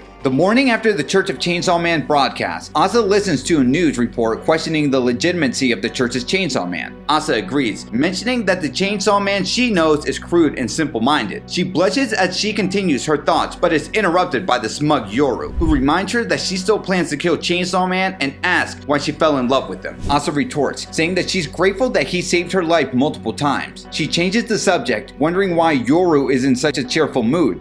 The War Devil explains that the falling devil's gravitational chaos has led to widespread poverty worldwide, increasing the likelihood of war. Asa asks if Yoru still plans to go after Chainsaw Man once she regains her powers, and Yoru confirms this, telling Asa to stop thinking about it. However, this causes Asa to flashback to the night Chainsaw Man saved her, and her mind starts crafting a sappy, sensual love poem in his honor. Their awkward poem reading is interrupted by Fami suddenly appearing and snatching their loaf of bread. Instead of answering their questions about how she got there and what she wants, Fami repeatedly asks if she can eat their bread. After being allowed to, Fami quickly devours it with strawberry jam and reveals she's there to help them. While Yoru initially wants her to leave, Fami, still rummaging the fridge for more food, explains that there's a way to fulfill both their desires. She reveals that Chainsaw Man has given up on fighting devils, but he can't become an ordinary human due to his heart. Because of his status, Chainsaw Man is always under threat, and many in the church want to protect him from devils themselves. The church's leaders want civilians to hunt down all devils, ensuring that he doesn't have to fight anymore. This would weaken his power,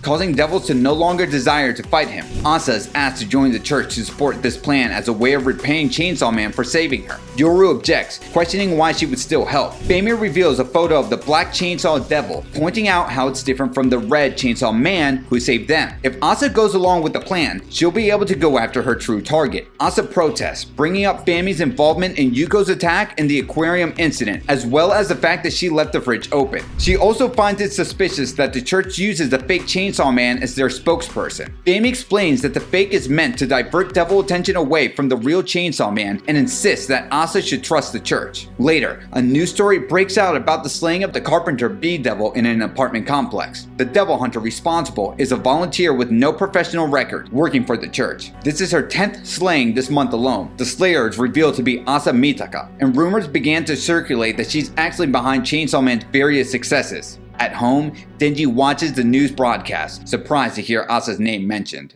The following day, a depressed Denji was approached by a guy who thought of himself as pretty smart as he arrived at school. The guy noticed Denji's Chainsaw Man t-shirt and started giving him a hard time, talking about this theory that Asa was behind the recent hero stuff Denji was doing. He tried to make Denji feel guilty for supporting someone who might be a bad person. Before Denji could respond, another student jumped in, threatening both of them for dissing Chainsaw Man. Denji tried to figure out what to say, but the second student quickly threw a punch at him. Later, in the principal's office, Denji got scolded, and the principal thought he started the fight because he grew up as an orphan. As Denji left, the principal even mentioned that the other student had to go to the hospital because of Denji's attack. Afterward, Denji met up with Yoshida, downplaying the whole fight by saying the guy just lost a tooth. Yoshida brushed it off as a typical high school thing, something he wasn't too familiar with either. To cheer Denji up, Yoshida suggested they ditch class and hit the movie theater. You like Huey Lewis in the news? At the movies, Yoshida remarks that they're not having too much fun, and Denji scolded Yoshida for talking during the film.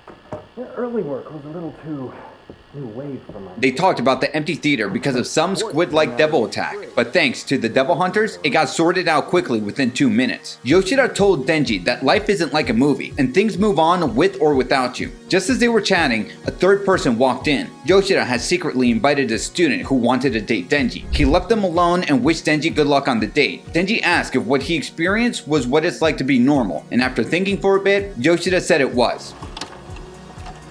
But when the girl sat next to him, Denji started rambling about his troubles and wanting to be left alone. However, he got interrupted when his date got touchy-feely with him. She had a really twisted expression on her face, but Denji was too focused on the fact that she's groping him. Denji's date got pretty personal, asking about his virginity and suggesting that she could be his first if he did a certain task, licking the squid devil. Ew! Denji takes a moment to think about it and is skeptical of her proposal. He finds it strange that she's suggesting such an intimate act when they've just met. He thinks about telling her that he's more mature now and doesn't blindly follow orders, and that she should leave and have some self-respect. Unfortunately, because Denji's down bad, he immediately goes ahead and licks the tentacle as she asks, showing his extreme obedience by even sucking on it in a rather daring manner. After this, the young woman takes Denji to a private karaoke room, hinting that the owner of the place would overlook their intimate activities. Denji asks if they should start, but before he can, his date surprises him with an impromptu karaoke session. Hey guys, editor's note, they sing a song called Choo Choo Lovey Mooney Mooney Mura Mura by Maximum the Hormone, which pokes fun at over-sexualization. It's a pretty good song. You should check it out. Anyway, Denji takes her singing as a sign that the date might not be a setup. However, their moment gets cut short when a group of random guys armed with baseball bats storm into the room. Denji kicks one of them in the face while she keeps singing, revealing both bat-wielding men. Then, Denji grabs a bat from one of the strangers, charges into the hallway, and takes down the rest of the attackers while she finishes only the first verse of her song. Denji, with a wild look in his eyes, asks if there's a second verse, to which she casually replies that the fight seemed more exciting and grabs a bat of her own. Denji and his date exchange intense gazes, but then she suddenly charges at him with the bat. Instead of striking Denji, she hurls it towards one of the fallen men on the ground who was holding a gun. She picks up the model gun and comments on how it makes sense they couldn't afford real ones. Confused, Denji questions if she's truly his enemy as she was singing while he was under attack. Yoshida intervened, introducing her as Fumiko Mifune, his junior. Fumiko reveals she's part of Tokyo Special Division 7 for Public Safety and has been assigned to be his high school bodyguard despite being 22 years old. Denji repeats his question about the karaoke attack, and Fumiko admits that she can't stop singing mid-song. This frustration leads Denji to lash out in anger, prompting Yoshida to explain that his Chainsaw Man fame requires some protection. This attack implies someone aware of his secret identity sent those men after him. Fumiko swoons over Denji's strength in his human form, and he skeptically assumes she's just flirting as part of her job. Fumiko disagrees, genuinely expressing her admiration for him as the one and only Chainsaw Man. Yoshida then lightly taps Fumiko to express his disapproval of her not taking her job seriously, before reassuring Denji that he won't have to fight anymore. Meanwhile, Asa and Yoru watch a news report about their latest exploits as devil hunters. Asa enjoys being considered beautiful, while Yoru enjoys the fame and recognition that come with their duty. Asa reiterates their goal of saving Chainsaw Man, but Yoru corrects her, sharing her own, slightly contradictory motivations. She also admits her frustration that Chainsaw Man has experienced similar happiness. Asa pretends to feel creeped out by the fame, claiming it's a breach of her privacy, but her facade quickly fades as she can't help but smile at the news story. In an alley, Denji stares at a Chainsaw Man church recruitment poster, puzzled by Asa's inclusion. A stranger noticed his annoyance at seeing an unfamiliar face next to Chainsaw Man and strikes up a conversation. The stranger comments on the rumors that scars appear on Asa's face when she battles devils, making her quite a memorable character. Denji questions why the man is talking to him, and he reveals that they've met before, though Denji doesn't remember. Denji asks for his identity again, and the man reveals himself as a sword hybrid from the battle against Makima in Tokyo Special Division 5. Denji remains clueless, muttering to himself about who Swordman might be.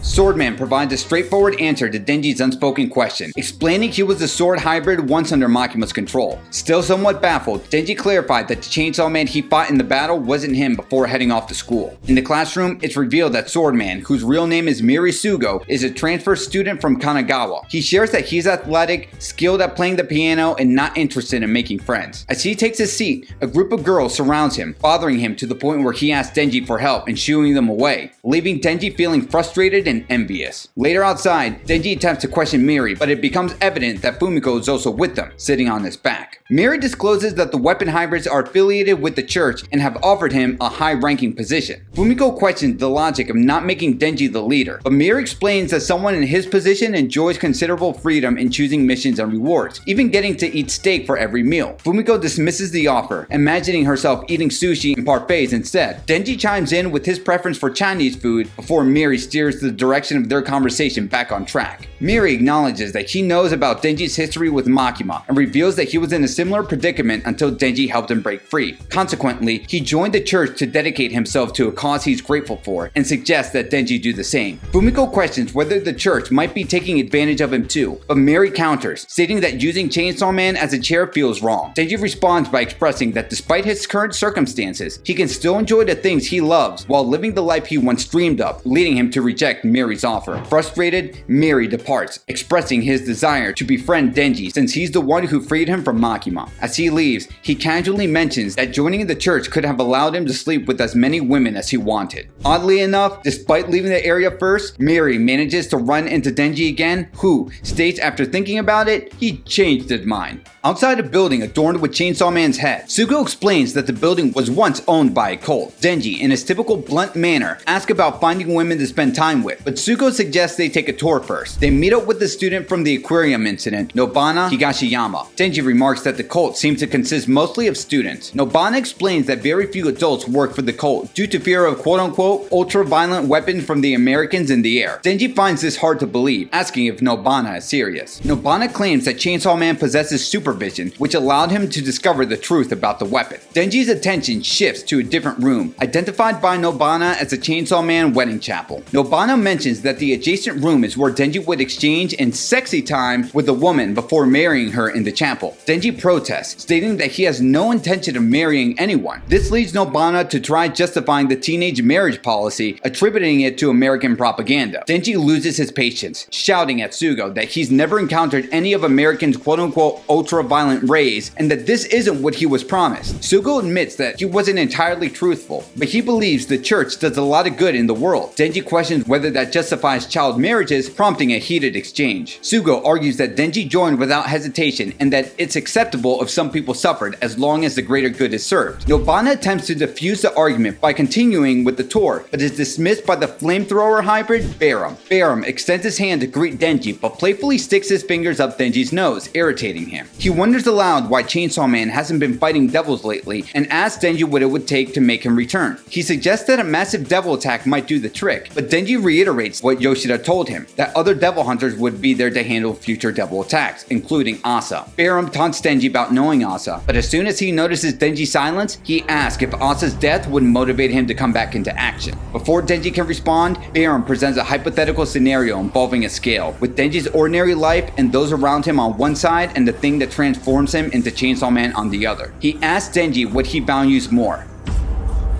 Stunned, Denji breaks away from Barum and runs off, with Barum shouting after him to enjoy his ordinary life while he can.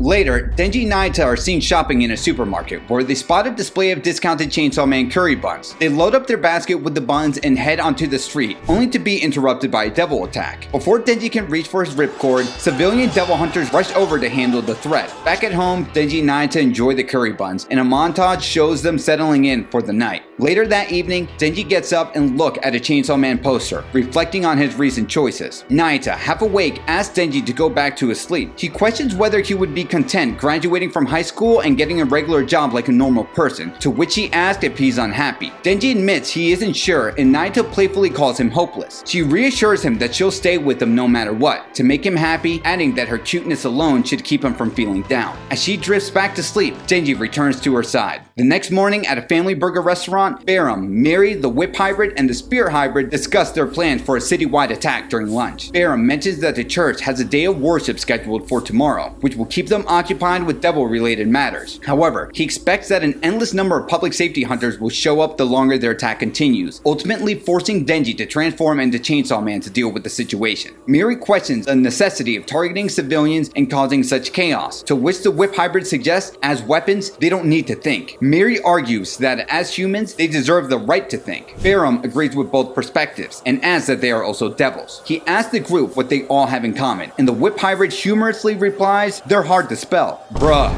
Barum responds that all three are designed for killing, and therefore, God will forgive them for the bloodshed they will cause tomorrow.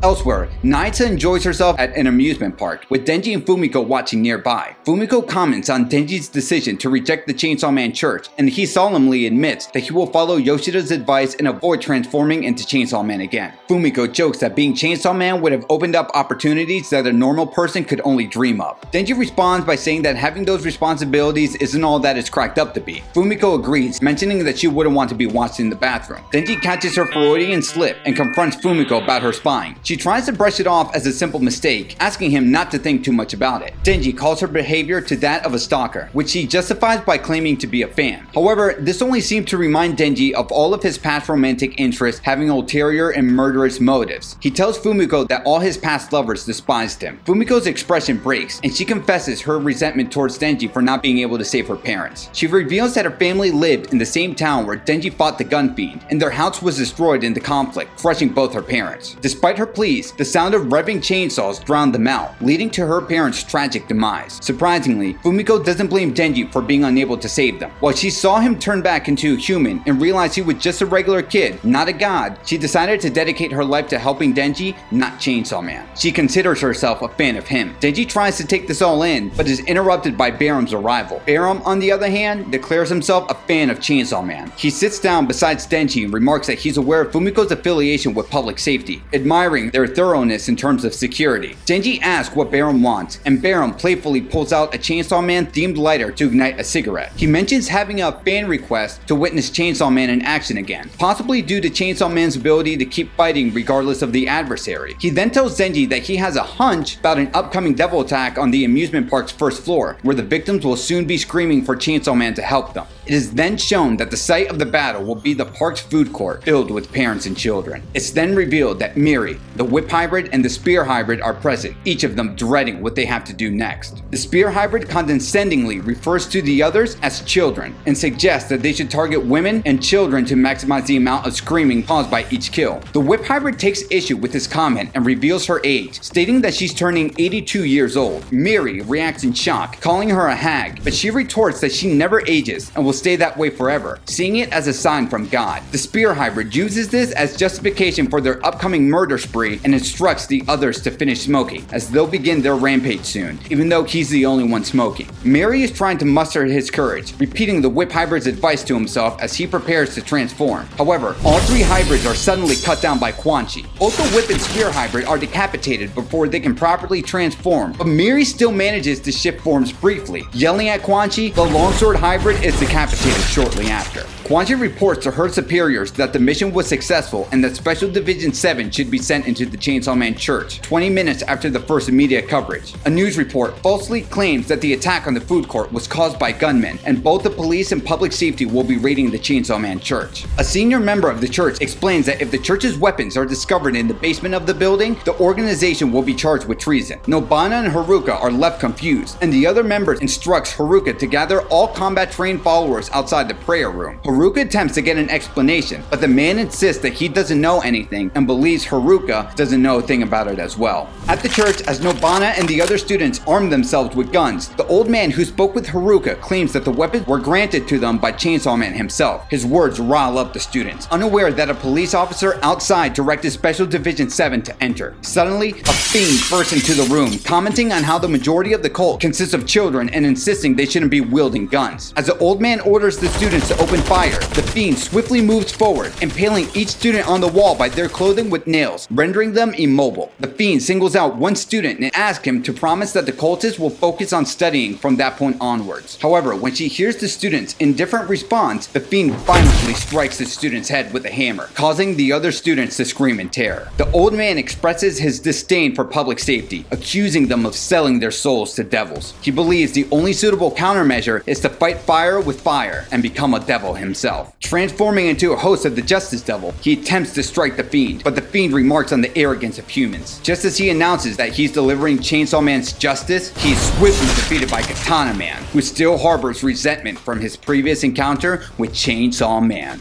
A public safety member reports that all Chainsaw Man church chapters in Japan have been captured and their weapons seized. They are instructed to create a support group for the parents of the minors who were part of the church and to call in the media to exploit the situation. The same person authorizes the capture of Asa Mitaka before admitting he hoped that she could have turned Chainsaw Man into a weapon. A lower-ranking member informs him that the devil-named consultant wants to speak with him and ask about the church's plans. The man speculates that the church member members may just want to play being Chainsaw Man. Elsewhere, public safety is shown arresting Barum, who is revealed to be the second in command of the church. Considering that public safety already has Quan Chi and Katana Man, Fumiko wonders why he shouldn't just become a part of their team. Instead of responding, he requests a moment of silence to gather his thoughts, as it's his favorite time of day, sunset. The earlier public safety higher-up converses with another individual, the named consultant, who reveals that they decided to identify the devil as the Justice Devil. The higher-up questions if it might be a different devil, but the consultant insists that it is indeed Justice. The consultant then asks whether the Chainsaw Man church followers can use their contracts with Justice after death, which the higher-up confirms to be true. A follower was able to become the Justice Devil after the church's raid. The consultant then reveals that the devil who has been claiming to be the Justice Devil and the true Justice Devil are not one and the same. Later, Asa and Yoru watch a live broadcast of the church's Okinawa chapter being raided, and they are surprised to learn about the illegal weaponry stockpile. They hear a knock on the door and an order to surrender. Asa reveals she has a plan since the apartment belongs to her. She can turn it into a weapon and ask Yoru to take control of her body afterward. The War Devil is impressed by her wild behavior, but Asa puts the blame on herself. She transforms the apartment into a weapon and attempts to attack the public safety member. Barum is shown singing Kumbaya and praying to God as he's being arrested. Denji tells Nayata he'll take her home, and Fumiko offers to drop them off, and we see that the public safety member Asa is facing is in fact Yoshida, who has managed to slice one of her arms.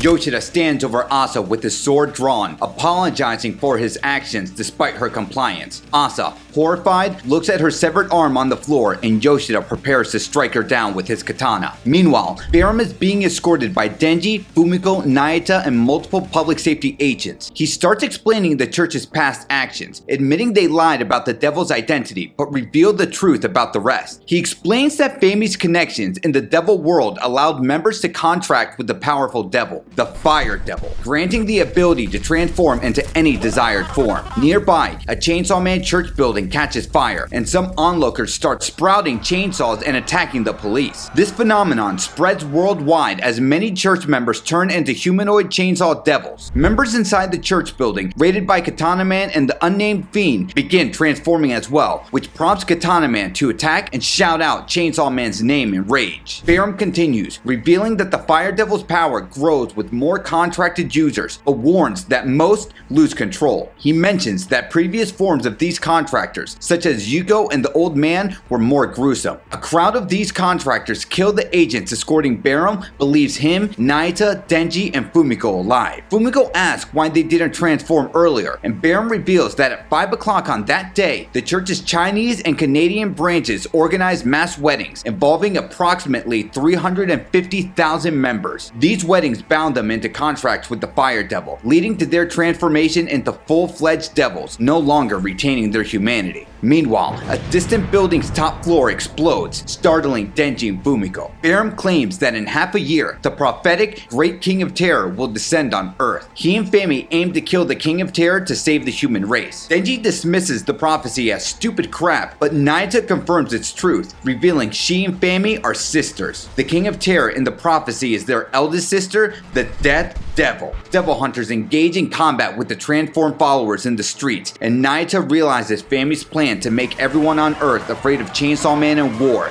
to strengthen their respective devils to eliminate the Death Devil. Barum mockingly applauds Nayata and confirms her theory, referring to her as the former Makima. He insists that Denji must embrace his wild nature and remain committed to being Chainsaw Man. Suddenly, he proclaims that Chainsaw Man has revealed Nayata as a witch, urging the pseudo-chainsaw crowd to attack her. Before they can harm her, Quan Chi swiftly intervenes, decapitating them all and rescuing Nayata, Denji, and Fumiko. With effortless ease, Quan Chi carries them away from danger, leaping off the building to safety. In mid-air, Quan Chi takes a bite from Fumiko's exposed midriff and holds a bite of the blood in her mouth. When she lands on the ground, both her legs instantly break, but she quickly consumes Fumiko's blood, triggering an immediate regeneration. The noise alerts a mob of pseudo-chainsaw people, and they charge at the group, but Quan Chi effortlessly cuts through the crowd. Barem is left in awe, comparing her to a character from a manga come to life. Meanwhile, Denji, Naita, and Fumiko observe the chaos in the streets as devil hunters, both public and private, engage in battle against the pseudo-chainsaw men. A group of public safety hunters organize the bodies of transformed church members, eventually setting them ablaze in a bonfire. A police car nearby alerts of a devil outbreak, calling for assistance for those who have undergone the devil extermination exam to combat the pseudo-chainsaw individuals. As Quan Chi and the group witness the fire, a nearby public safety agent questions the necessity of burning the bodies. Another agent explains that burning ensures a permanent death, since those transformed can revive with the pull of their ripcord as long as they have blood. Suddenly, an old man nearby accuses Denji of being a Chainsaw Man wannabe, with other bystanders raising their suspicions towards him. Despite Denji and Fumiko's attempts to defend him, their efforts are swiftly dismissed. The tension escalates when a public safety agent aims a gun at Denji to validate the elder's accusations. Recognizing the danger, Quan Chi instructs Denji and his companions to flee while she holds off the crowd, even taking a bullet that was shot at Denji using her arm.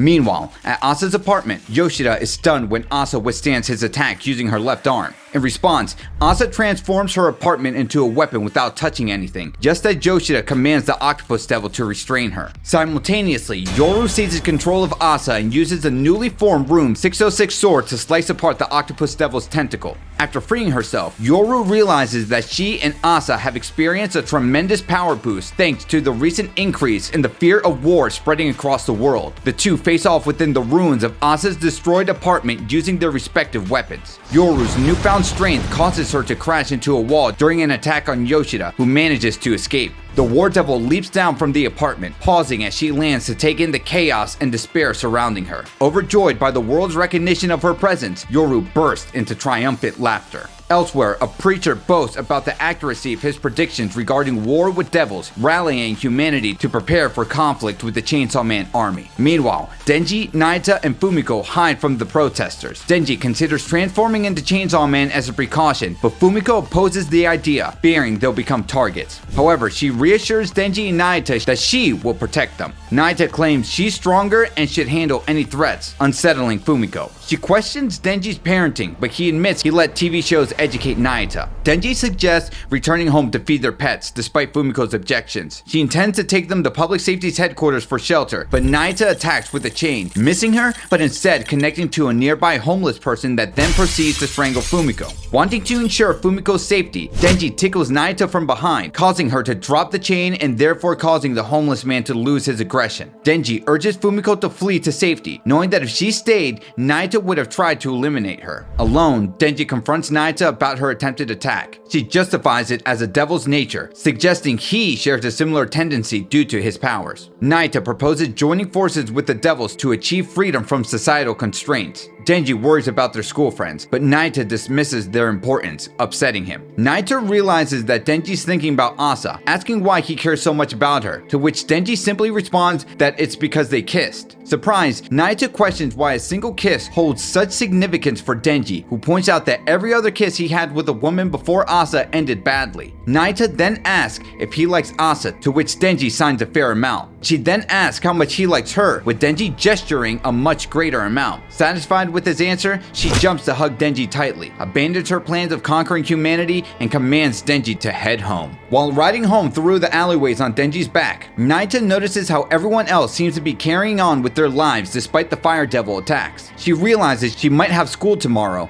triggering Denji's realization that they still have their ordinary life to return to. He tells Pochita he's extremely happy with his current situation, only to step on a crow on the sidewalk. Later, a younger version of Denji begins another conversation with Pochita, who celebrates the realization that their dream has come true and prompts Denji to consider their next aspiration. Denji, initially confused, admits his desire to become Chainsaw Man again when presented with various suggestions. Returning to reality, Denji and Naita witness their apartment complex in flames, with their pets likely trapped inside. Rushing to save them, Denji's tripped by Barem, who confesses to orchestrating the chaos to push Denji over the edge. He also taunts Denji by suggesting that he ignored Asa, not only because they barely know each other, but also because his pets appear to be more flammable. Shocked and enraged, Denji attempts to retaliate, but Bayram is shot by Fumiko and other public safety members before he can act. Just as she tells her colleagues to aim for the body parts used for his transformation trigger, the group are struck down by the whip hybrid. Fumiko gazes upon the whip hybrid and her co-workers. One lies dead while the other two are seriously injured. Before she can react, she is grabbed by the spear hybrid, who restrains her from shooting Bayram again. Confused, she starts to ask how the weapons hybrids escaped custody,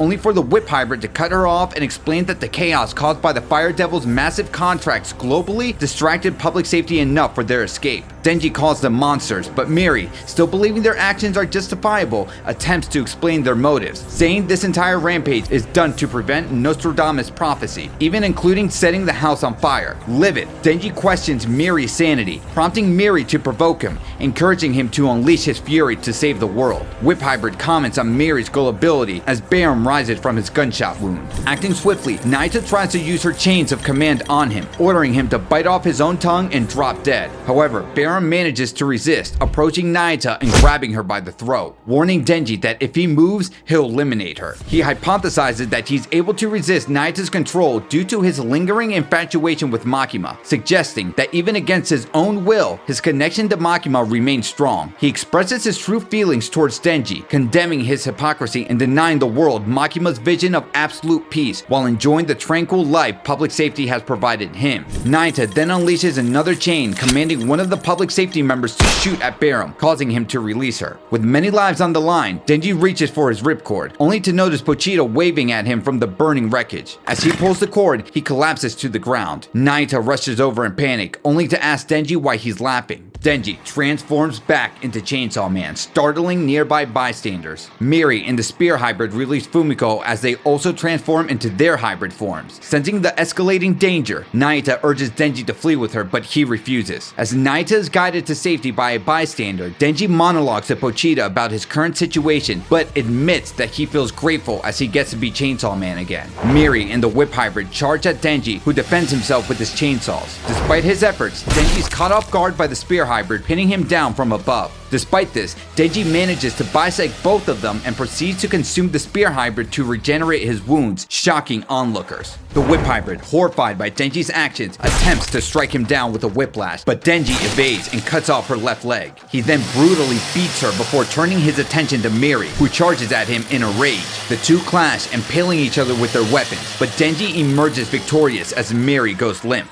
A concerned Naita calls out to Denji, who begins to ramble about giving massages. Confused, Naita urges him to flee, but Denji warns her to stay away from him for her safety. Despite the pain he had endured, Denji finds joy in the chaos and laughs hysterically while tearing through Miri's body. Rising from the clash with the weapon hybrid, Denji's grip on reality returns as he asks the spectators if they witnessed the battle. However, he collapses from his wounds shortly after as the bystanders begin to approach him. Naita asks Denji if his words meant he no longer wishes to be with her, just as the onlookers impaled the fallen hybrid with spears. A suited man instructs the civilians to evacuate, leading to Denji asking if he can join them. The crowd throws a net on him, mistaking him for another one of the Fire Devil's contractors, leading Fumiko to scold them. The woman who had sheltered Naita expresses uncertainty about the situation, while Denji asserts his allegiance to humanity. A man in a beanie takes action, stabbing Denji and accusing him of causing his grandfather's desire at the hands of other chainsaw men. He incites the other spectators to set Denji on fire. Naita tries to get the man to stop what he's doing, insisting that he's the real Chainsaw Man,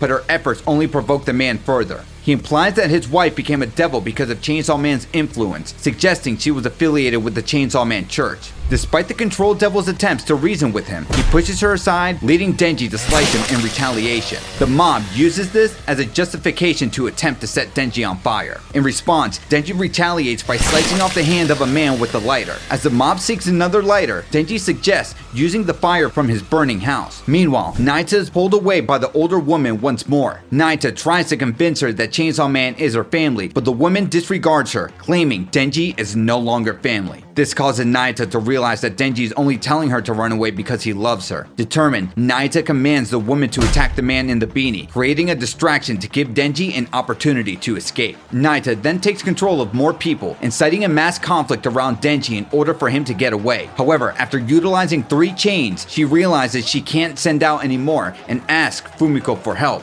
Initially nervous, Fumiko forces a smile and says she's leaving. Perplexed, Naita questions the self-confessed fan why she Denji refuses to help, to which she says her allegiance lies with public safety first, making Naita's request beyond the scope of her duties. Despite Naita's plea, citing the loss of her family, Fumiko smirks, dismissively regarding about them being just pets before leaving. As the mob begins to realize that a devil has been manipulating their actions, Barum crawls to Naita's side, exposing her as the culprit. Despite objections that Naita is just a child, the older woman who was initially controlled by Naita recalls her calling Chainsaw Man her family. Amongst accusations that children who idolize Chainsaw Man are harming their parents, Naita commands the mind of one of the mob members to carry Denji to safety. Speaking through the man's body, she remarks to Denji about how he thought he didn't need her help before turning back to face the mob. Feeling relieved to be alone, Naita begins to unleash a murderous rampage, but quickly realizes she finds no pleasure in eliminating people. Dodging a few spear attacks, one of the spear attacks grazes her in the shoulder. After Naita tells the mob to back down since she's still a child, Barum gets up and aims a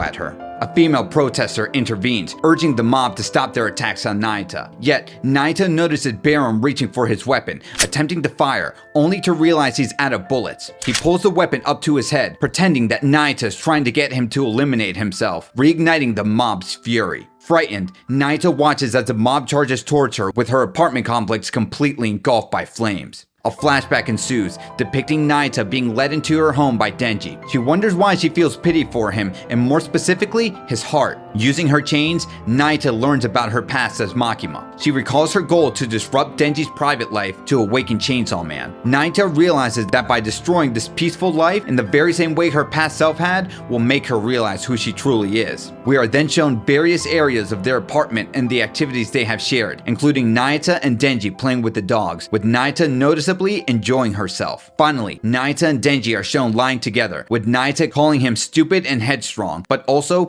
a student and Chainsaw Man. She questions what that makes her, to which Denji responds by calling her family. However, their moment is interrupted by another voice, Denji's own. A younger version of Denji mocks his current fixation on the concept of family, highlighting how he repeatedly abandoned it to pursue being Chainsaw Man. He reminds his current self of eliminating his own father, abruptly ending the dream sequence. We're then shown Denji lying down in a hospital room, making it unclear how much of the flashback were really Naita's thoughts. Waking up to the sight of more fire devil attacks in a nearby helicopter, Denji hallucinates Naita lying on his chest before Yoshida snaps him back to reality. Denji asks about Naita's whereabouts, but Yoshida admits he doesn't know. Enraged, Denji attempts to leave his bed, only to be informed that he hasn't walked for about a week, making any movement useless. Yoshida then goes on to say that he tried his best to dumb down his explanation of the consequences to Denji transforming into Chainsaw Man, but now that he's broken the rules, he can't help him. Exiting the room, Yoshida tells the other family members of public safety, including Fumiko, that he has sedated Denji.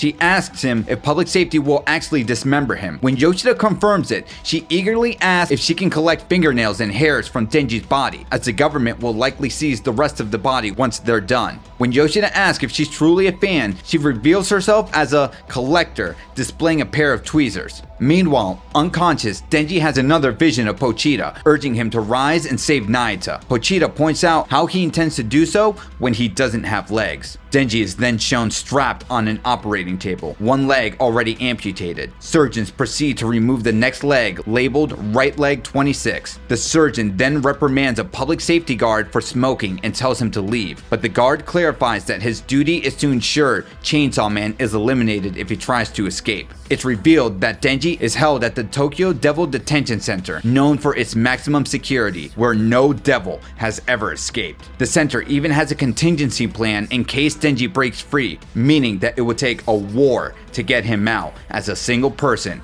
is shown standing outside.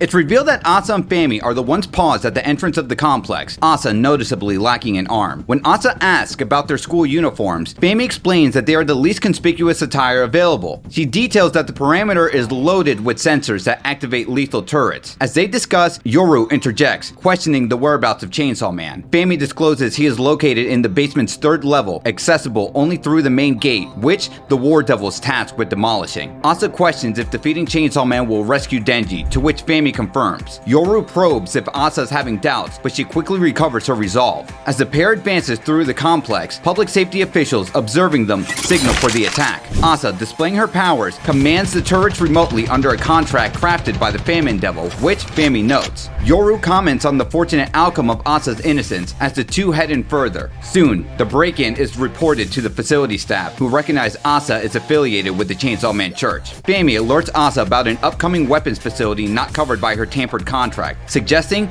Asa will need to confront them directly. However, Asa, pointing out her missing arm, insists it should be Fami's task. Fami counters, positioning herself as the last resort, and steers Asa away from the guard's view, reminding her of the mission's high stakes and that any mistake could be fatal. Just then, Asa stumbles as Fami remarks about her clumsiness, before pulling out another one of her devil pawns. The public safety agents open fire on Asa and Fami, but Fami swiftly deploys her devil effigy, summoning the pigeon-headed guillotine devil. She commands it to eliminate the guards, yet it merely disarms them and strips them of their uniforms, leaving them to surrender. Frustrated, Fami asks the devil why it spared the men, only to receive an unclear shriek in response. Asa, curious, questions why Fami hadn't used the effigy sooner, to which the Famine Devil reveals that the devil she starves can't attain their full power whilst under her control. Just as a public safety officer who had declared the surrender lunges at Asa, she blocks his strike, allowing Yoru to land a powerful kick that knocks him to the ground. The two complement each other while the defeated officer pleads for mercy. Suddenly, Haruka, Segi, and Nobana appear through a nearby door. The guillotine devil screeches, scaring Nobana. Haruka steps forward, instructs his companions to fall back, and confronts Fami, demanding she leaves. She complies as he explains how Fami's schemes have ruined their lives, revealing that their involvement has landed them on the nation's most wanted list. He formally expels Fami and Asa from the Devil Hunter Club, declaring his independence, to which Fami responds nonchalantly. Asa clarifies their mission is not to aid the Devil Hunter Club, but to reach Chainsaw Man. Realizing the opportunity to meet his hero, Haruka impulsively decides to accompany them, with Segi and Nobana joining alongside him. Haruka assures Akoku and Nobana that they are free to make their own choices about following him. Akoku confesses he has nowhere else to go, while Nobana admits he's been trying to leave but can't locate an exit. When he spots a door, he assumes it leads outside, but instead it opens to a cell holding pseudo Chainsaw Man. At the door stands the man responsible for Denji's torment, who shares various theories about the transformation process into Chainsaw Man, including levels of devotion to Chainsaw Man, or that there were devils already among the church's ranks. He questions the Devil Hunter Club members about why their heads weren't affected while his wife, who was also in the cell, transformation. He reflects on his wife's kindness, recounting how she prepared his lunch every day, and contrasts her fate with that of an irritating neighbor who remained unchanged, believing it to be unfair he hasn't done anything wrong. Asa questions him about his certainty, and he admits to having an affair but tries to downplay its significance by saying it only lasted 6 months. Meanwhile, Yoru realizes that he's only buying time and kicks Fami aside, dodging an attack from Katana Man. The attack seemed to have rattled the Guillotine Devil enough to have caused it to retreat, while Fami calling it useless in response. The Nail Fiend, who had previously teamed up with Katana Man during the Chainsaw Man church raid, also shows up, attempting to attack Fami.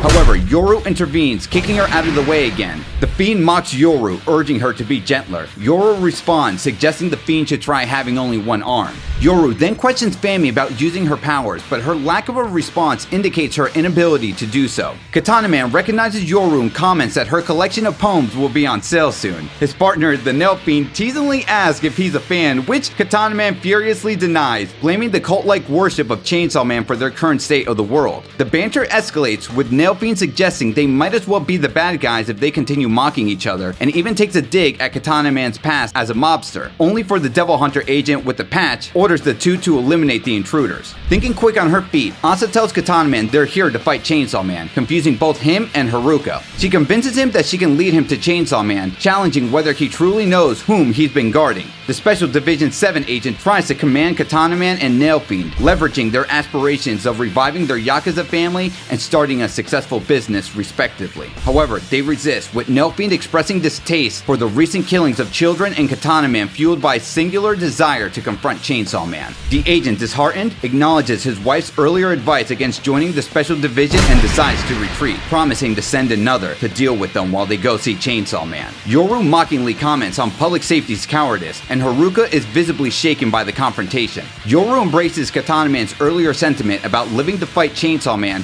which prompts an acknowledgement from the hybrid that Yoru truly is Chainsaw Man's woman because she's stealing his lines. Elsewhere, Denji's surgical team, upon learning of the intrusion, decides to take a break. As Asa and her group storm in, Katana Man threatened the surgeons to step aside or face lethal consequences. Fami believes that Chainsaw Man should be in the room. In response, a surgeon points to boxes, shockingly revealing that Denji has been completely dismembered, which greatly disheartens Yoru. When the surgeons demand an apology for the intrusion, only Nobana complies. In a fit of frustration, Yoru kicks a box, spilling out a hand, and then commands her team to piece Chainsaw Man back together. While Yoru, Katana Man, and Nail Fiend stand by, the rest of the group busily works to reassemble Denji. Nobana, discovering his heart, prompts the head surgeon to question why the three aren't assisting. Yoru points to her injury as an excuse, while Katana Man dismissively comments that chores are for kids. Haruka excitedly handles his idol's organs, while Segi asks about more delicate parts of Chainsaw Man. Katana Man makes a crude joke, but Yoru insists on keeping Denji intact for their forthcoming battle, refusing to let the humor distract them. The conversation turns to the topic of love when Katana Man teases Yoru about her lack of romantic experience. Yoru declares romance as frivolous, something that only fools one into foolishness. The Nail Fiend counters, arguing that the folly of love is what makes it enjoyable, and implies that Yoru, still a high schooler, might not truly grasp the concept of love, which embarrasses and irritates Yoru. As the group continues their efforts, Nobana locates Denji's head. An excited Haruka quickly checks with the surgeon if it truly belongs to Chainsaw Man, and then reveals to Asa the startling truth about Denji's identity. As Asa processes this revelation, their moment is abruptly interrupted when the door bursts open. The unnamed Special Division 7 agent, previously assigned as Denji's bodyguard, steps through, commanding his backup, who turns out to be Quan Chi, to eliminate all intruders, dramatically escalating the confrontation. Nail Fiend tries to distract Quan Chi by asking about her beauty, buying time as Katana Man powers up for his assault and Asa and Yoru prepares for action. However, Quan Chi easily deflects the nails hurled at her by Nail Fiend, and Katana Man's strike proves futile as he is swiftly decapitated. Haruka accidentally drops Denji, prompting Yoru to grab a scalpel to use as a sword, but she's immediately overpowered by Quan Chi. In the melee, Nail Fiend suffers a severe gut wound, and Nobana, in a state of panic, defensively clutches Denji's severed head. As Quan Chi readies to deliver a fatal blow, she hesitates upon seeing Denji's face. Despite her accomplice's urgent cries to continue the attack, Quan Chi confesses she was warned by an old friend to avoid harming Denji, which leads Takagi to rant about his distrust towards the public safety divisions. He attempts to threaten Quan Chi by saying he will abandon her girlfriend's bodies in a ditch instead of returning them to her if she disobeys. However, before Quan Chi can react, the agent is suddenly struck down by his wife, who has fully transformed into a pseudo Chainsaw Man. Nail Fiend remarks that Katana Man had inadvertently freed her by destroying the door, while the wife begins consuming her husband's corpse. Defeated, Quan Chi surrenders, requesting to be eliminated and claiming she will regenerate like Chainsaw Man. In Fujimoto humor, the surgeons, likely tired of having to deal with any of this shit, pretend to not hear a damn thing. Okay, let's pause the video real quickly to give a shout out to these surgeons, literally one of the best things that has happened in this prison break segment of the arc. Anyways, Yoru, curious, questions Quan Chi about Chainsaw Man's strength compared to hers, to which Quan Chi admits he is weaker but far more fearsome than her. The scene closes without revealing Yoru's decision to strike Quan Chi down or not.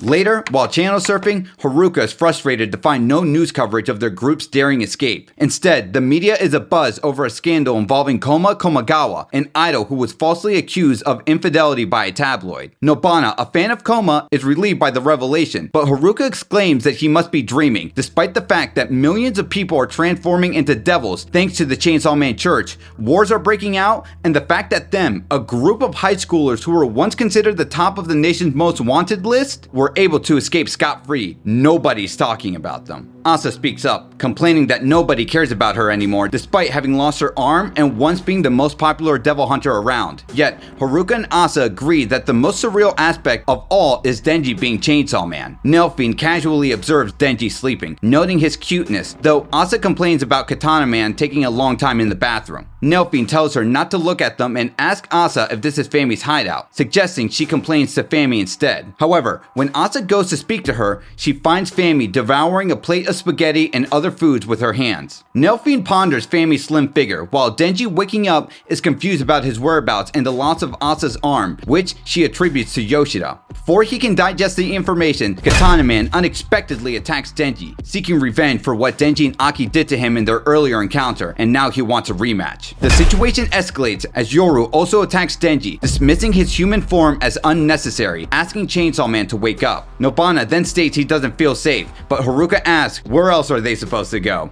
Despite the discomfort from being kicked in the groin by Yoru and Katana Man, Denji demands information on Nayata's whereabouts. Yoru, unfamiliar with Nayata, tries to pull Denji's ripcord to wake him up. Denji stops her but agrees to fight as much as needed, provided he learns that Nayata is safe. Asa, regaining control of her body, asks Denji what happened. The group journeys back to the site of Denji's home, where Denji's shocked to discover that it is now just charred remains. Haruka informs Denji that if Nayata isn't found here, there's little more they can do. Denji silently sifts through the rubble, refusing to accept Yoru's blunt assertion that Nayata might be truly gone if his last sighting of her was surrounded by armed adults. Instead, he continues his desperate search. Asa, empathizing with Denji's pain, recalling how he once understood hers, vows to help in any way she can. And don't worry guys, she definitely will.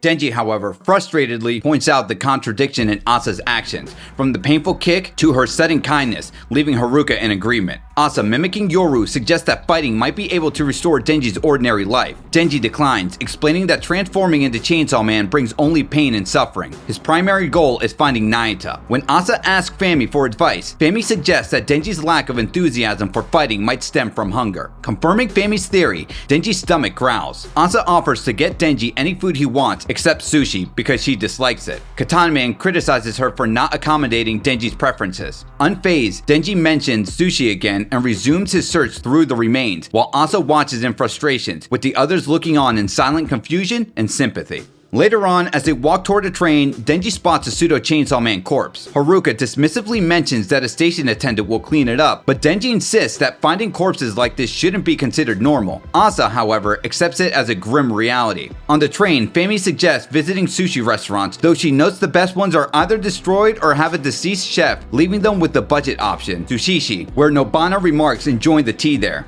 During the ride, Denji observes a mother with an injured eye and her son, and questions Asa about her motives for fighting him. She believes defeating him could save him. Skeptical, Denji asks if she's still brainwashed by the church, which she denies. She then tells Fami to explain it. Fami clarifies that their objective is to free him from his bond with Pochita, enabling him to live a normal human life while allowing the true Chainsaw Man to emerge. She continues, stating that if they can defeat the real Chainsaw Man and transplant a human heart into his body, he could become an ordinary human once again. Denji questions Fami about how she knows all this, then turns to Asa to ask if she truly believes what Fami is saying. Asa defends Fami, explaining that her trust in Fami stems from Fami's help in rescuing him and her efforts to make amends for past wrongdoings by doing the right thing now. As Asa seeks confirmation from Fami, a stomach rumble interrupts the moment, leaving the others silently staring, awaiting Fami's response. Denji, puzzled by the concept of a normal life, questions Asa further. She envisions a future where he could return to school, have a stable home, and reunite with Nayata. He asks her if she's ever eaten toilet paper before, then shares his own childhood experience of having to eat it when he was very poor. Now that he's well fed, he explains he can't imagine returning to that life. He asks Fami if she understands, but she misinterprets his story as a metaphor and urges him to speak plainly. Denji clarifies that he can't return to a normal life,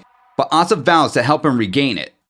Overhearing the conversation, Katana Man, while smoking a cigarette, mocks at her sensitivity. Asa, defending Denji, scolds him for smoking on the train. Complying, he drops his cigarette and suggests skipping the sushi to visit a soap land, believing it will cheer Denji in an instant. Katana Man reveals that the brothel he's suggesting they visit is the one he owns, which disgusts Asa. She tries to persuade Denji that this is the last thing he needs, but to her shock, he seems intrigued. Denji admits his recent lack of sexual activity, suggesting it might be contributing to his depressive mood. This shocks Asa further, prompting Denji to liken intercourse to other basic needs like eating and sleeping. He tries to get Nobana and Haruka to agree with him, but they shrug him off. Asa rebukes him, calling him a shameless pig and reminds him of his mission to find Nayata. Denji, however, brushes this off, expressing a desire to fulfill his physical needs first. Upon arriving at the brothel, they find it burned to the ground, adding to Katana Man's distress. As rain begins to fall, a frustrated Asa declares she no longer cares about their meal plans. Overwhelmed, Denji collapses and breaks down, upset with himself for not prioritizing correctly. He confesses that the allure of having a harem was a significant motivation for his return to being Chainsaw Man. Nobana's half-hearted laughter triggers Denji to assert his seriousness. He blames his libido for his troubles, angrily pounding the ground. Seizing the moment, Yoru, controlling Asa's body, shockingly offers to solve Denji's problems by castrating him if necessary. Yoru, spotting a piece of trash on the ground, discreetly uses her powers to transform it into a knife, concealing her actions from Denji. As she approaches him, Denji is still taken aback by her earlier drastic offer. Yoru, unfazed, presses him to decide if he truly wishes to eliminate his desires. Overwhelmed by the gravity of the situation, Denji hastily backs out, knocking the knife from Yoru's hand. She responds by shoving her hands down his pants, intending to crush his kintama. However, the physical contact triggers a flashback in Yoru's subconscious, the kiss she gave him at his old apartment. Confused by the flood of memories, Yoru pauses and gazes at Denji. Acting impulsively, she begins to kiss him. Caught in the whirlwind of conflicting emotions, they find themselves drawn to each other. All the while, Yoru begins to, well, comfort Denji. As moments pass, the intensity of their encounter escalates before Denji suddenly pulls away. The situation, well, let's just say it ends in a way that I can't quite detail here. Think of it as the Shinji hand treatment, if you catch my drift. Anyway, Yoru, shocked and disgusted, looks down at her hand and quickly washes it in a puddle of rainwater while Denji slumps down. She tells Denji not to misunderstand the situation. She kissed him simply because it felt good in the moment. As Denji begins to question her motives, Yoru cuts him off, reiterating that her actions were driven by impulse, not affection, and warns him not to get conceited. Despite her words, she leans in and kisses him again. Confused, Denji asks if she has feelings for him. Yoru denies any personal affection, explaining it's the other her who harbors feelings and that these emotions inadvertently influence her actions. Denji is left speechless and alone as Yoru, suddenly mentioning she's hungry, abruptly leaves. Meanwhile, Asa, fueled by jealousy and confusion, confronts Yoru and slams her against the wall. She demands to know why Yoru kissed Denji. Yoru explains that she sensed their previous intimacy and was merely confirming her suspicions. She asks Asa if it felt good, only for Asa to raise her fist and punch her in the face. As Yoru questions why she would do that if she likes Chainsaw Man, Asa regains control of her body. Distraught, Asa accuses Yoru of making Denji think less of her. Holding back tears and overwhelmed by hunger, Asa declares she's too exhausted to deal with the situation. On the train, the atmosphere remains tense. Denji sits quietly between Fami and Haruka, with Asa on the other side of the carriage, all heading to Fami's recommended sushi spot, Sushishi. As the group arrives at Sushishi, they are greeted by the staff and seated before a vast array of sushi on conveyor belts. Overlooking a crowd of fellow diners, Denji wonders if they also experience something similar to Shinji in Evangelion. He wonders whether these moments bring him happiness or confusion. Meanwhile, an embarrassed Asa claims that she can't eat anything and asks Fami if she could wait outside, but Fami has her mouth full of sushi, making her speech unintelligible. Haruka questions Nobana if it's alright to eat sushi without Segi or the Nail Fiend, who are guarding their hideout. Nobana refuses to eat any actual sushi, prompting Haruka to call him out. The boy explains that he doesn't want to be responsible for paying the group's bill, leading Haruka to label him as weird. Nobana protests and points out that Asa is the strangest among them. Despite missing an arm, she acts as if nothing is wrong, whereas someone like him would be crying for a week. Suddenly, a man at their table remarks that Asa's situation resembles an animal's adaptation to limb loss. The man is revealed to be Barum, who explains that animals simply adapt to a lost limb for survival. He then rhetorically asks whether devils are supposed to feel sadness as well. Haruka shouts out who Barum is, catching Denji's attention. Getting up, Denji tries to stab Barum with a pair of chopsticks, but Barum stops him by revealing that he can lead Denji to Naita if he agrees to listen. Barum starts explaining the proper way to eat sushi, but Denji interrupts him, angrily demanding to know Naita's whereabouts. Barum then reveals that public safety is pursuing them and has the building surrounded. He warns that they'll be captured as soon as they step outside. If Denji wants to find Naita, he needs to help save Barum from this predicament. Desperate to rescue his adoptive sister, Denji asks what he needs to do. For now, Barum simply requests that Denji join him in eating some tamago nigiri. Barum starts by explaining the traditional way to enjoy sushi, recommending moving from lighter to richer toppings. Denji, frustrated, snaps at him to get to the point, but Barum calmly reminds him that cooperation is necessary if he wants to see Naita. Reluctantly, Denji eats the tamago nigiri offered to him. Next, Barum presents squid sushi, which Denji eats hastily, his lack of manners irking the flamethrower hybrid. In a fit of irritation, Denji knocks over some plates and demands to know if eliminating the public safety agents outside would allow him to see his sister. minister. Barham clarifies that public safety and remnants of the Chainsaw Man Church seek a piece of Chainsaw Man's power, specifically his ability to erase concepts from existence. Denji is baffled, countering that chainsaws are meant for cutting trees, not erasing concepts. Barham suggests that chainsaws might have had additional, now forgotten uses, with only the tree felling remaining in collective memory. He hands Denji lean tuna sushi, explaining that two conditions must be met to fully summon the Chainsaw Devil: widespread fear of him and his own personal unhappiness. Barham gleefully notes that while Denji's hero status previously made the first condition difficult, the Fire Devil's recent actions have instilled widespread terror. As they continue, Barham signals for the next dish, fatty tuna, and instructs the chef to send it down the conveyor. The entire restaurant, including Denji's group, reacts with shock, horror, and confusion. As the dish slowly makes its way down to Denji, it is revealed to be Nayata's head. This shocking discovery leaves Denji and the others stunned.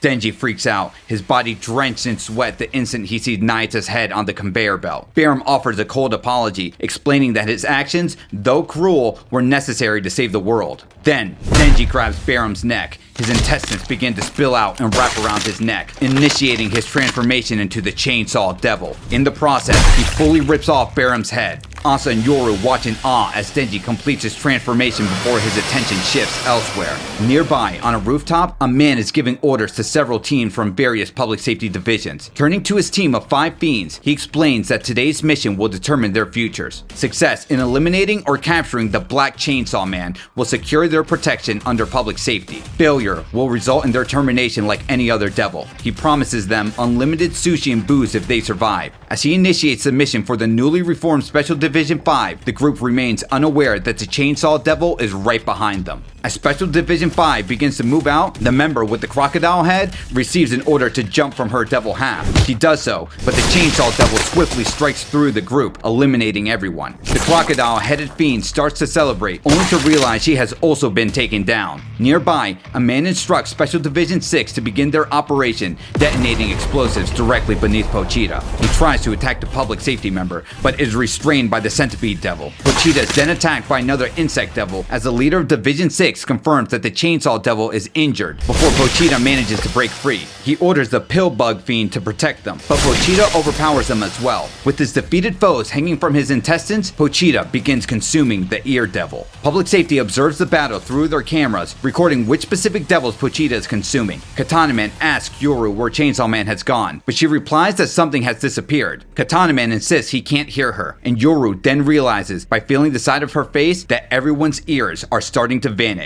as she smirks. A montage reveals various people and animals reacting to the sudden loss of their ears. In a public safety stronghold, a representative informs a group of seated men that the erased devil was the ear devil. When the men fail to react, she asks them to confirm if they remember ears at all. Their lack of response confirms her suspicions, prompting her to alert her higher-ups. Meanwhile, 3 public safety members are shown in a restroom, each slicing off a fingertip. They use their blood to write "hit" on the mirrors while saying cervical spine, neck, and vertebrae. A devil in hell reads the message, sighs, and raises a fist towards a projected mirror. Pochita, who is about to consume the next devil's head, is suddenly struck by a giant fist. The attack doesn't go unanswered, and Pochita swiftly slices off 2 of the devil's fingers. However, Yoshida intervenes by summoning the octopus devil to restrain Pochita. The devil commends Yoshida's efforts before constricting Pochita enough to force him to spit out the ear devil's head, thereby restoring everyone's ears and making this elephant right here the happiest animal I've ever seen in manga.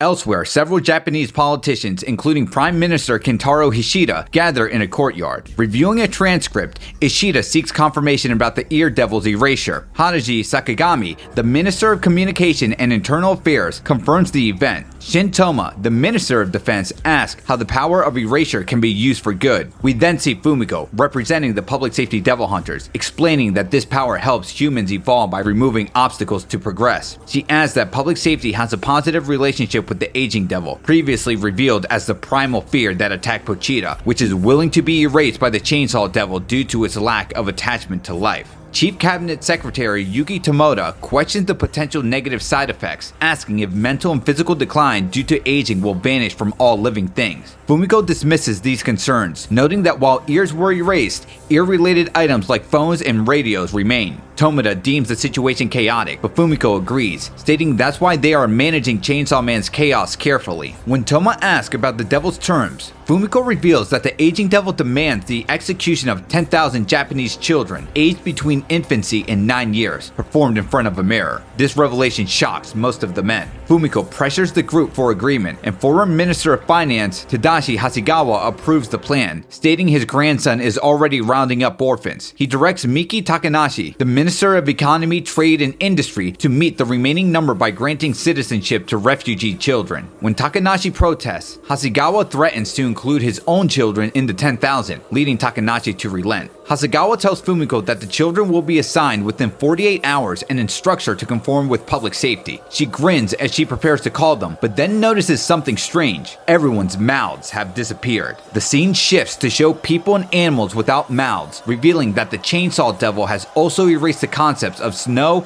octopi, and bitterness. A passerby turns the corner into the alley where Pochita stands, and both he and others try to flee. Anti-Chainsaw Man protesters rush at Pochita, but he decapitates 3 of them, causing the rest to run. The only one who remains is Katana Man, who begins to transform as the aging devil prepares to attack again. As Katana Man tries to rush attack, Yoru dives from above with the sushi longsword, aiming to pierce Chainsaw Man's skull. The aftermath reveals that the aging devil has lost both its hands, Katana Man has lost his arms and head, and his body collapses onto Yoru. Yoru kicks the body away and stands up, revealing that her other arm is also missing. She kneels before Pochita, who approaches as she looks up at him with shock and fear. In a flashback, Yoru is shown sitting in a bathtub, reaching for a bar of soap with her left hand. It glides into her hand and transforms into a sword. She shows it off to Asa, who isn't surprised. Asa explains that when she turned her apartment into a weapon, she didn't need to say its name. Yoru adds that while their strength is growing, it's still not enough to defeat Chainsaw Man. She notes that because of the pseudo-Chainsaw Man and the fear of war, the Chainsaw Devil only grows stronger. Asa suggests that Yoru bury the hatchet, as defeating Denji won't make her happy, especially with everyone remembering the horrors of war. Yoru clarifies that it's not just about pride. She wants to rescue her comrades that Chainsaw Man swallowed. When Asa asks if she has a plan, Yoru reveals she has 2 methods. Asa questions why Yoru is burning through her college savings instead of using these weapons, but Yoru explains that it would ruin her plan to save her comrades. Determined, Yoru exclaims she'll do anything to prove she's the more fearsome devil. In the present, Yoru wonders if she'd be willing to turn her own children into weapons for her cause, realizing that she would. Summoning both the Gun Devil and Tank Devil, who are locked in containment cells in the Gulf of Mexico and Mount Elbrus respectively, she forms hands from their power. Mimicking Makima's bang, she shoots off one of the Chainsaw Devil's arms, tearing a hole in its stomach and freeing the Mouth Devil. Smiling, Yoru feels confident in her newfound strength. She fires another shot at Pochita, but he manages to block it. The recoil, however, sends him hurtling into a nearby building. Sensing Asa behind her, Yoru reflects on how the Tank and Gun Devils were born from war, making them her kin. Asa asks if eliminating the Black Chainsaw Man will give Denji his wish for an ordinary life. Yoru confirms, saying that's what Fami told them. When Asa asks whether Yoru is truly okay with using her kin as weapons, Yoru responds with a rhetorical question: are children their parents' property? Leaving Asa in shock. Leaping out from his crash, Pochita watches from the building's roof. Yoru asks if he remembers her and the pain and hunger she once inflicted on him. When Pochita doesn't respond, she angrily demands a fight, but he flees. He approaches the blood bank volunteer, scaring her away mid-chant, and awkwardly picks up the sign, trying to mimic her chant. Not giving Pochita a chance to recover, Yoru launches another attack, sacrificing the index fingers of 400,000 members from the 3.5 million National Pistol Association of America to power her strike. Posing like the Statue of Liberty, she lowers her finger, revealing cracks forming across the statue's face. In America, onlookers watch in horror as the top half of the Statue of Liberty crumbles, revealing a monstrous figure holding a rifle. Yoru commands the statue to fire, sending a finger-shaped bullet across the world, striking Pochita and blasting him through several buildings. Asa, witnessing the destruction, regains control and realizes too late how truly evil Yoru is. Pochita, now reduced to just a head and torso, is approached by the aging devil. Pouring blood into Pochita's mouth, the aging devil tells him to devour their entire body from bottom to top, explaining the terms of their deal with the Japanese government. They call the act romantic, asking Pochita if he understands. As they tell him to eat up, they reflect on a mirror, showing children being gathered up by the authorities for a grim fate. We continue the story as Pochita tries to restart himself by pulling his ripcord, but nothing happens. He drags himself toward the aging devil, who looks amused, delighted they're about to be consumed, until Pochita starts begging for blood again. The devil, unimpressed, mocks him for being stupid and pins him down in front of the war devil. Yoru accuses the aging devil of trying to steal her moment, but Asa urges her to back off. Pochita's already beaten, so they've basically won. Yoru refuses. If she can make Pochita into a weapon, they'll both get what they want. Asa gets Denji back to normal, just like Fami said. Asa questions whether Yoru really believes this will work. Yoru says yes, and Asa seizes control of her body again. Yoru pleads with Asa to regain control, promising to leave Denji alone. When Asa stays silent, Yoru admits it hurts that Asa's afraid of her. Feeling guilty, Asa gives the body back. Smiling, Yoru takes the chance to fire a bullet. Asa panics until she sees the shot is aimed at the aging devil, not Pochita. The bullet nears. The aging devil sets her hand on it, and it crumbles into dust. She scoffs, saying she can't believe Asa thought something like that could harm her. She tells them both they're too immature to speak with her, and now it's time for them to grow up. Yoru prepares to fire another bullet at the aging devil, but the devil beats her to it, pointing at her and saying, "Bang." The sound stuns Yoru, and she falls into darkness. Asa takes over and suddenly finds herself reliving her chicken dream. But as soon as she wonders when she even fell asleep, the dream shifts. She's now in an open forest. There, she comes across an unconscious Denji. Yoru immediately tries to harm him, but her attack fails. She tries again, this time pressing her pointer finger into Denji's mouth and shouting, "Bang," over and over, but nothing happens. To her surprise, her devil powers don't work in this pocket dimension. Suddenly, they're interrupted by a man wearing only underwear. He explains that this realm was created by the aging devil. Once a respected devil hunter, he made an impulsive contract after glimpsing himself in a mirror and wishing he could stop aging. The moment the contract was sealed, he was brought here. Asa asks if he knows the way out, but he admits he doesn't. When she asks how long he's been stuck here, he tells her it's been 82 years and that he's the youngest one here. Asa is stunned. He goes on to explain that hunger and thirst don't exist in this place, and even ending your life won't let you escape. Anyone who stays too long eventually loses their mind, and most of the others have already gone insane deeper in the forest. When Asa asks if anyone's ever escaped, he says someone has, but before he can explain, he abruptly says it's his time to go insane too. He looks at her and asks if she's an illusion of a woman named Ritsuko. Then, clutching a nearby tree, he begins to scream.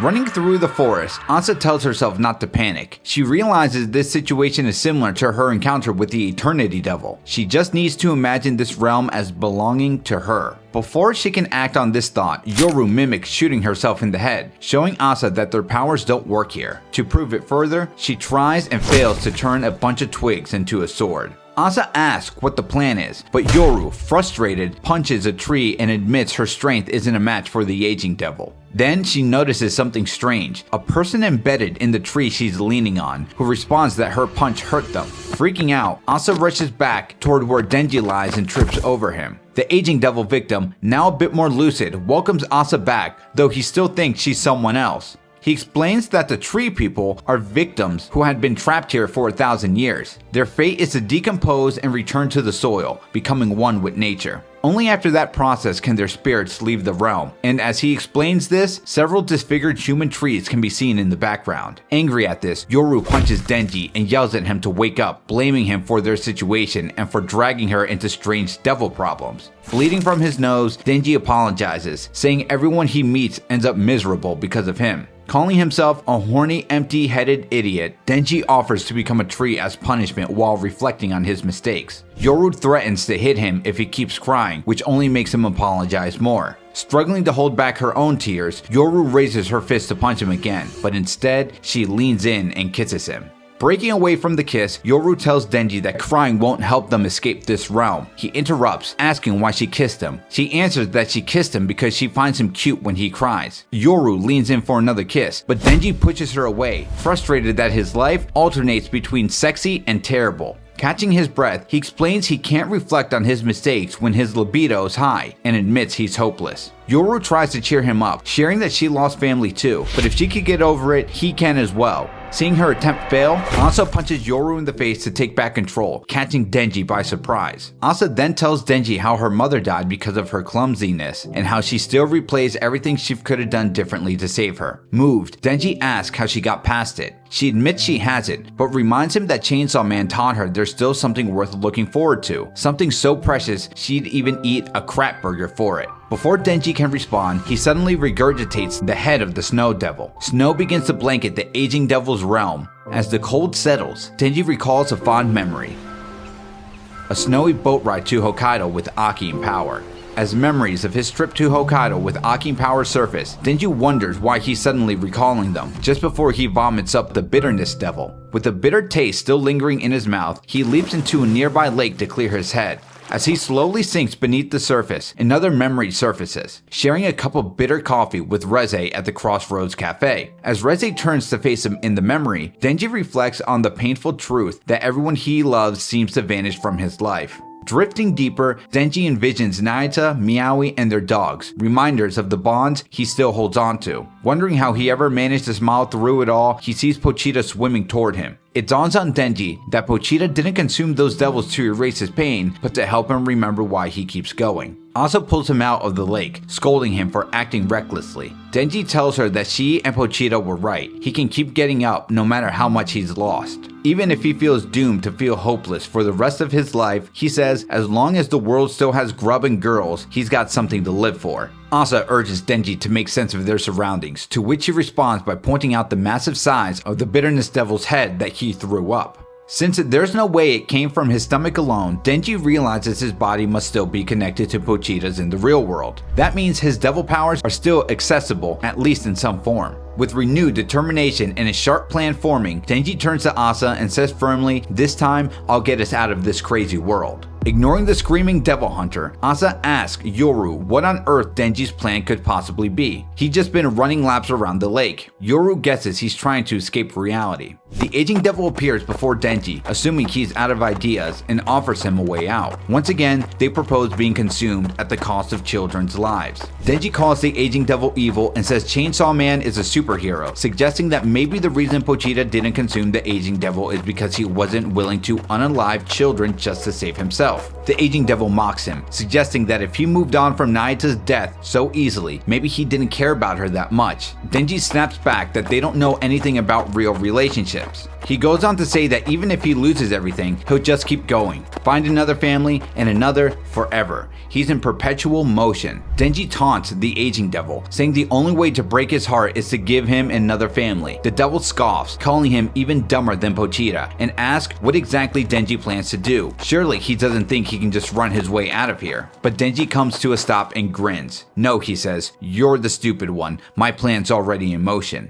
The aging devil then monologues that their realm has no escape and that the forest is merely a side effect of the human mind, which believes turning into a tree is the final evolution of thought. It goes on to say that if humans lived longer, they might uncover entirely new concepts, uncharted forms of existence. That's what it wants, for humanity to keep living, to reach those possibilities, even if it comes at a cost. They've revealed that they are now physically with public safety, sitting atop Tagashi Hasegawa, who laments that he could have led the world in the right direction if only he'd lived longer. The aging devil asks how Denji, a boy who's lived less than 20 years, could possibly be any different from the countless prisoners who came before him. Denji smiles and replies that, unlike all the others, his stomach isn't trapped here, and after all the running, he's worked up an appetite. Denji returns to Asa, who looks distraught and disheveled. Despite that, she managed to craft him an axe using a tooth from the devil he threw up earlier, and admits she's usually better at this. With a powerful swing, Denji chops one of the trees, making it scream.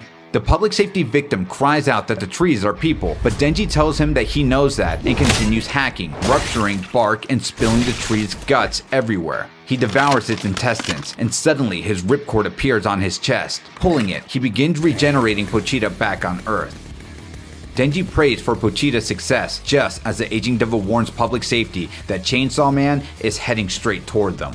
Sensing that Pochita is closing in, the aging devil offers a contract to the nearby public safety members, Fumiko included. In exchange for access to their bodies to be used as weapons, they'll be spared from Pochita's wrath. The agents agree without hesitation. The aging devil immediately sacrifices their nails, using them to cleave Pochita in half. As the public safety members writhe in pain, the aging devil admits the method is ugly, but insists that being devoured, no matter the cost, is worth it. Fumiko tries to rally her comrades, warning that if this continues, the prophecy will come true due to the actions of the Chainsaw Man Church. However, by using Pochita to evolve humanity, they might prevent the rise of the Age of Devils. Rising to her feet, she begs the aging devil to keep attacking. The aging devil prepares another strike, but Pochita instantly regenerates, thanks to Denji, still feasting on the spilled parts from the tree people within the inner realm. In response, the aging devil sacrifices Fumiko's liver, decapitating the chainsaw devil and causing her to vomit crimson. Denji pulls his ripcord, and Pochita's head reattaches in an instant, just as he nears the group. The aging devil strikes again, this time sacrificing the eyes of an unnamed public safety member to deliver another decapitation as Pochita closes in. But this time, instead of regenerating, Pochita takes his severed head and digs into his own chest, ripping out his heart.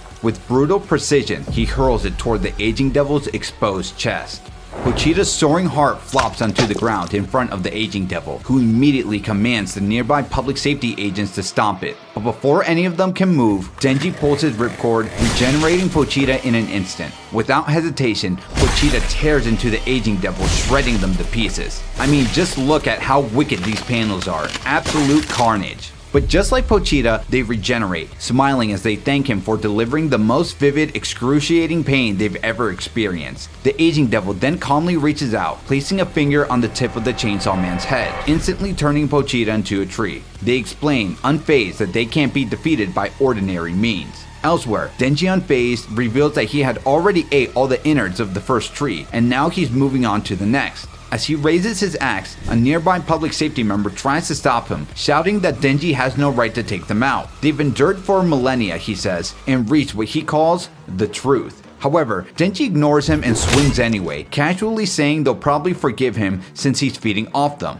The public safety member, stunned, mutters that Denji is a true devil, just as Pochita is shown immediately after, reinforcing the weight of his words.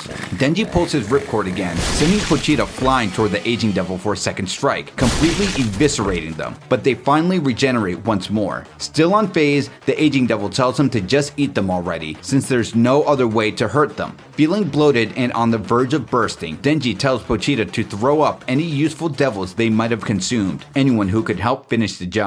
The devil Pochita forces Denji to regurgitate turns out not to be a devil at all, but Yoshida, who had apparently been swallowed whole during Chainsaw Man's rampage. Asa immediately recognizes him as the man who cut off her right arm and demands an apology. Yoshida points out that she still has both arms, to which Denji, clearly delirious, says, "Sometimes arms grow back." After a quick rundown of the current situation, Denji explains the aging devil's twisted goal: to be eaten in exchange for the lives of children, calling it a pervert. Realizing that a communicative devil like aging must be working with public safety, Yoshida notes that technically they're enemies, but calls for a truce until they escape this world. He turns to Asa and asks for forgiveness. She immediately tries to punch him, but Yoshida catches her fist in a handshake. He then offers his hand to Denji as well, asking if he'll accept an alliance. Denji glares at him, questioning if he's seriously asking him to team up with someone aligned with people willing to eliminate children. Yoshida responds with the lesson his teacher once taught him about bear encounters. When neither the human nor the bear benefits from eliminating the other, the goal should be to return both to their natural environments. At the time, Yoshida thought his teacher was being too kind to the bears, but in their current situation, he finally understands the wisdom in those words. He adds that if Denji still wants to eliminate him, he's free to do it after they make it out of here. The three awkwardly shake hands as Denji reluctantly accepts the alliance, though he still calls Yoshida a sicko. Yoshida fires back, calling Denji a hypocrite for throwing him up. Asa then calls him a hypocrite for cutting off her arm in the first place. Asa reminds him that they still can't use their devil powers. But Yoshida, having picked up on the link between Denji's and Pochita's stomach, turns to Denji and asks, "Think I can stick my hand in your mouth?" Pause. Immediately, Yoshida thrusts his hand and the octopus devil's tentacle extending from it, out of Pochita's mouth. Instead of grabbing the aging devil, he seizes a nearby pole. In response, the aging devil swiftly severs the tentacle. Yoshida notes that if they try to return now, they'd be instantly obliterated. The aging devil confirms, stating that the group is desperately trying to force their way back into the living realm. Yoru takes control of Asa's body and attempts her bang attack, but blinded, she misses. She plunges her entire upper body into Denji's mouth, much to the horror of their fellow devil hunter prisoner in Denji's own pain, and attempts to shoot at the aging devil again. In response, the aging devil fires a bang of its own, rapidly aging Yoru's face. Denji vomits her out, and Yoshida checks if she's okay. She then turns to the two boys and asks if she's still beautiful. They both agree, prompting her to curse the aging devil for marring her beauty, even if only for a moment. Pochita decapitates the aging devil once more. Yoshida comments that the aging devil's only success is increasing the body count since devil powers have no effect in this realm. The aging devil regenerates using Fumiko's large intestine, agreeing with Yoshida's assessment and admitting how futile the fight is. They then taunt Pochita to devour him again, joking that he must be tired of eating only humans whose flesh supposedly tastes like lotus root. At that moment, an unknown figure appears beside Fumiko on the floor, revealed to be another Fumiko? The second Fumiko remarks on their resilience and promises to side with the likely victor when they pass away. The floor-bound Fumiko offers her heart to Yoshida, who immediately commands the octopus devil to devour it. Soon after, the grotesque face of the octopus devil rises ominously from within the building. Enveloped in a void of darkness, the aging devil wonders if they've been consumed by the chainsaw devil, only to see Pochita's figure standing before them. A voice echoes from Pochita's mouth, explaining that he and two others, George and Yaguchi, were once loyal to the aging devil, believing they had been chosen for a noble cause and guided into a deathless paradise. But they felt betrayed when Denji was sent to their world. Before the aging devil can respond, they're grabbed by the public safety hunter, who lunges out of Denji's mouth and pulls them into their own realm. It's then revealed that the entire conversation took place inside the octopus devil's mouth, which promptly disappears. Meanwhile, one of the public safety agents, whose organs had been sacrificed, looks up at Fumiko with a mix of disgust and disbelief. Back in the aging devil's realm, Yoshida negotiates with the devil, pointing out that since they aren't truly dead, the aging devil's powers don't work even here. He proposes a contract: send everyone back to their respective worlds and never fight each other again. When the aging devil asks what happens if they refuse, Denji points out that since everyone can escape through his open mouth, the aging devil will be stuck with him forever, leaving the aging devil visibly stunned and unwilling to accept that fate. Meanwhile, in Japan, the tide has turned. Civilians have banded together to overpower the pseudo chainsaw men. Denji, Asa, Fami, Fumiko, and Yoshida are seen calmly ordering food and drinks at a cafe, when suddenly, another pseudo chainsaw man bursts through the door, locking eyes with them as if preparing to attack. Before they can react, the attacker is swiftly taken down by more civilians. Yoshida comments on how glad he is that they can all return to their normal lives. Elsewhere, freed from the realm, the aging devil's victim has taken a job as a construction worker. But then it's revealed that Tadashi Hasegawa was also trapped in the aging devil's realm, and, unlike the others, no one remembered to bring him back.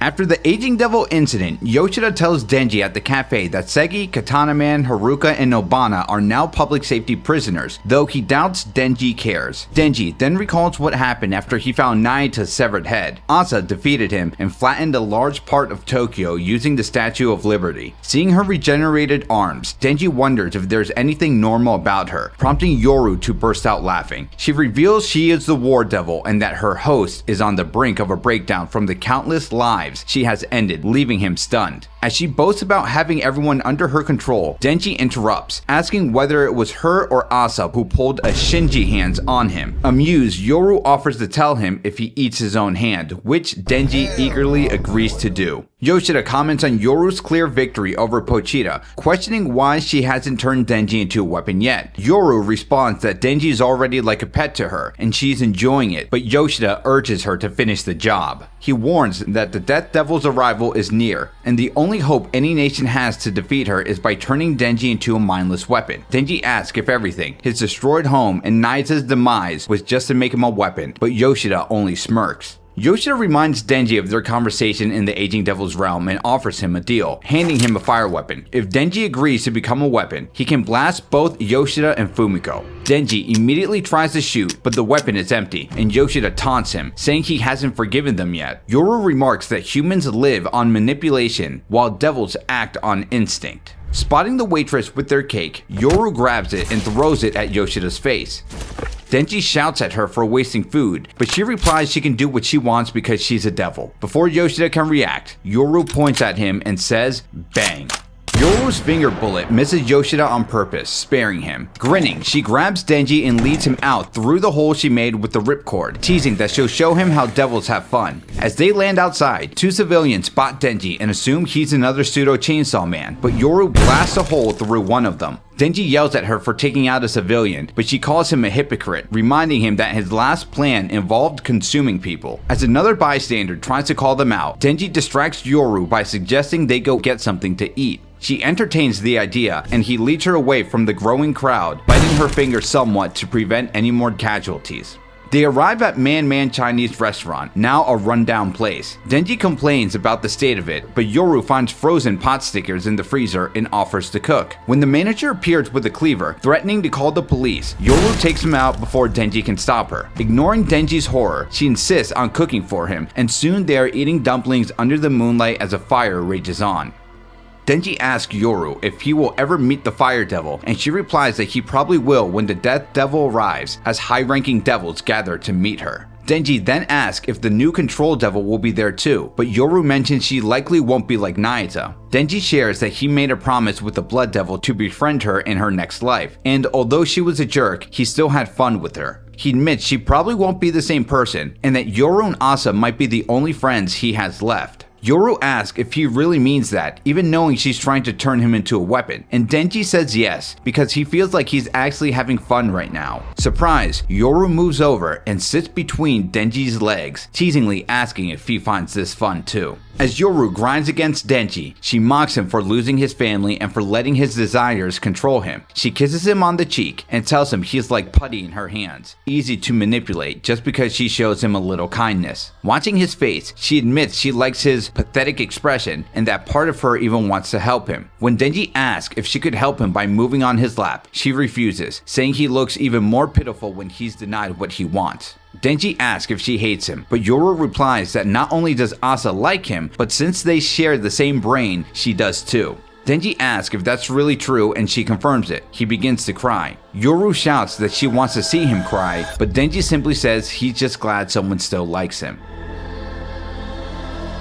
She places a hand on his cheek and kisses him deeply, then pulls away to ask if he's truly set on wanting to sleep with her. When he nods, she gives him her terms as the fire burns closer. If he defeats the Death Devil, she will sleep with him, but if he fails, she'll turn him into a weapon to fight death herself. Denji, unable to sleep because of his libido, gets up before Yoru and tucks her in. As he passes the television, a report announces that 900 people died in last night's fire, with 3,800 missing. Fully aware of how dangerous Yoru is, Denji warns Pochita to be careful since she'll probably betray him eventually. He then fires up the stove and starts cooking a pile of pot stickers. When Yoru wakes up, she finds Denji eating them near the corpse of the Man chef and he offers her some. Meanwhile, near 4th East High School, Yoshida and Fumiko ask Fami to step in for public safety since Denji's rampage has left them short-staffed. Fami refuses, explaining she's on the planning committee for Tokyo Revival Day festivities. Fumiko is furious, but Yoshida offers to find someone else to cover for her. Fami declines, saying she has friends on the committee, which pushes Fumiko to snap, arguing that if the Death Devil wins, those friends will die anyway. Standing, Fami explains that she protects humanity because she enjoys new experiences, new food, and meeting new people, adding that while Asa and Denji are fun, public safety is not.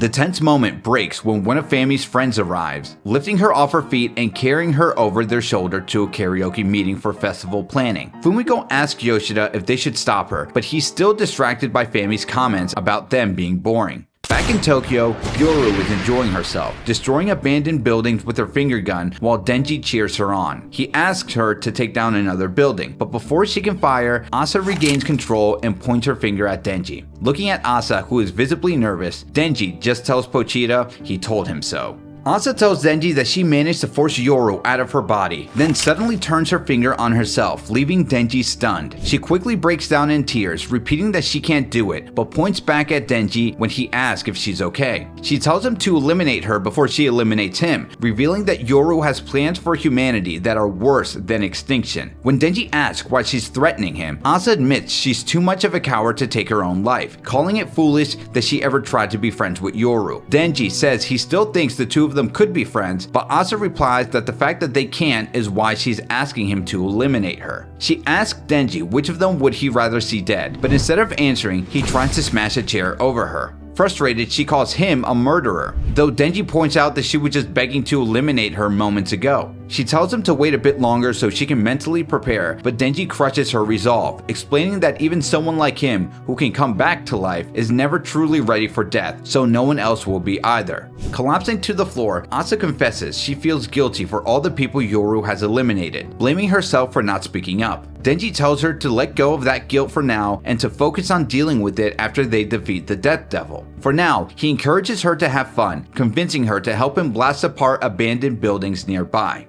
Meanwhile, at 4th East High School, a teacher on the festival planning committee tells a new transfer student that not many people are staying in Tokyo these days, noting that over half the seats in the neighboring classroom are empty. He then introduces the transfer student to the class, a messy-haired, nervous girl with concentric eyes who announces she has come with a desire to save them. The new girl begins her introduction by telling the class she feels sorry for them, shocking the students who quickly ignore her. As soon as the teacher leaves, she bursts into tears. A boy with a bandage on his face asks if she wants to help with anything, and while she initially agrees, she refuses when all they ask is for her to throw out the trash in the school incinerator, calling it a waste of her powers. She tells him he should take it out himself since, unlike her, he doesn't have powers to save people. Not wanting to cause trouble, he takes the trash and leaves. The students exchange uneasy glances, and the same girl who once bullied Asa tells the transfer student she's making everyone uncomfortable, and that if she really wants to help, she should go squash ants outside. Moments later, the bandaged boy finds her outside doing exactly that. Sighing, he says he can tell she's from out of town and probably experienced a devil-related tragedy. He explains that many students are in the same situation and see school as their only escape, so if she truly wants to save them, she could start by simply smiling. The transfer student's composure cracks as she says the festival will be a failure no matter what, but she can still save everyone by freeing them from suffering through death. She reveals herself to be a devil, resting her hand on the boy as she prepares to make an example of him, but she pauses, noticing a silhouette above the school. The boy recognizes it as Chainsaw Man, and as the figure starts talking about fighting with the power of justice, the mysterious devil even offers to save him. Chainsaw Man jumps down from the building, revealing a cape made from his own guts and flesh. Yet, from his words and appearance, it's clear that something about this Chainsaw Man isn't quite right.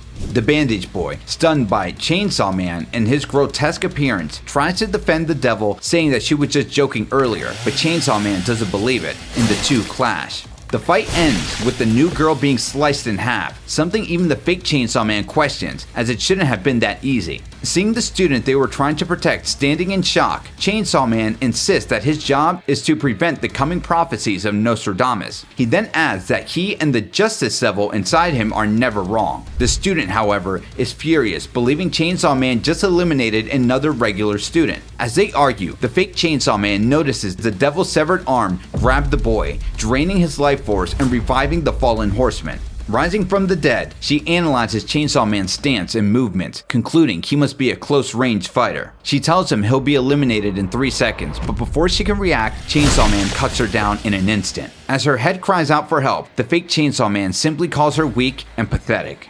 The devil tries to bribe the fake Chainsaw Man with just 2,000 yen, but it fails. He doesn't believe money is real or important. She insists she still needs to save lives, but he counters that he and the Justice Devil see right through her. Though she tries to ease suffering through death, she doesn't understand that people hold on to hope even in the darkest times, and that Chainsaw Man came from hell to protect mankind's hope. He tells her that as the Death Devil, she can never truly grasp this, which seems to strike a chord with her. She regenerates her body by draining the lifespans of nearby ants. She finally introduces herself properly, the horseman who ends suffering by draining life. Famine, though she prefers Fammy. The Chainsaw Man copycat is confused, thinking she's the Death Devil, but before she can explain that the Death Devil was her sister, Fami orders the Falling Devil to weigh down on them both. Chef Mommy asks if she can take her order, and the person we've believed to be Fami all along simply replies, "Chef's choice."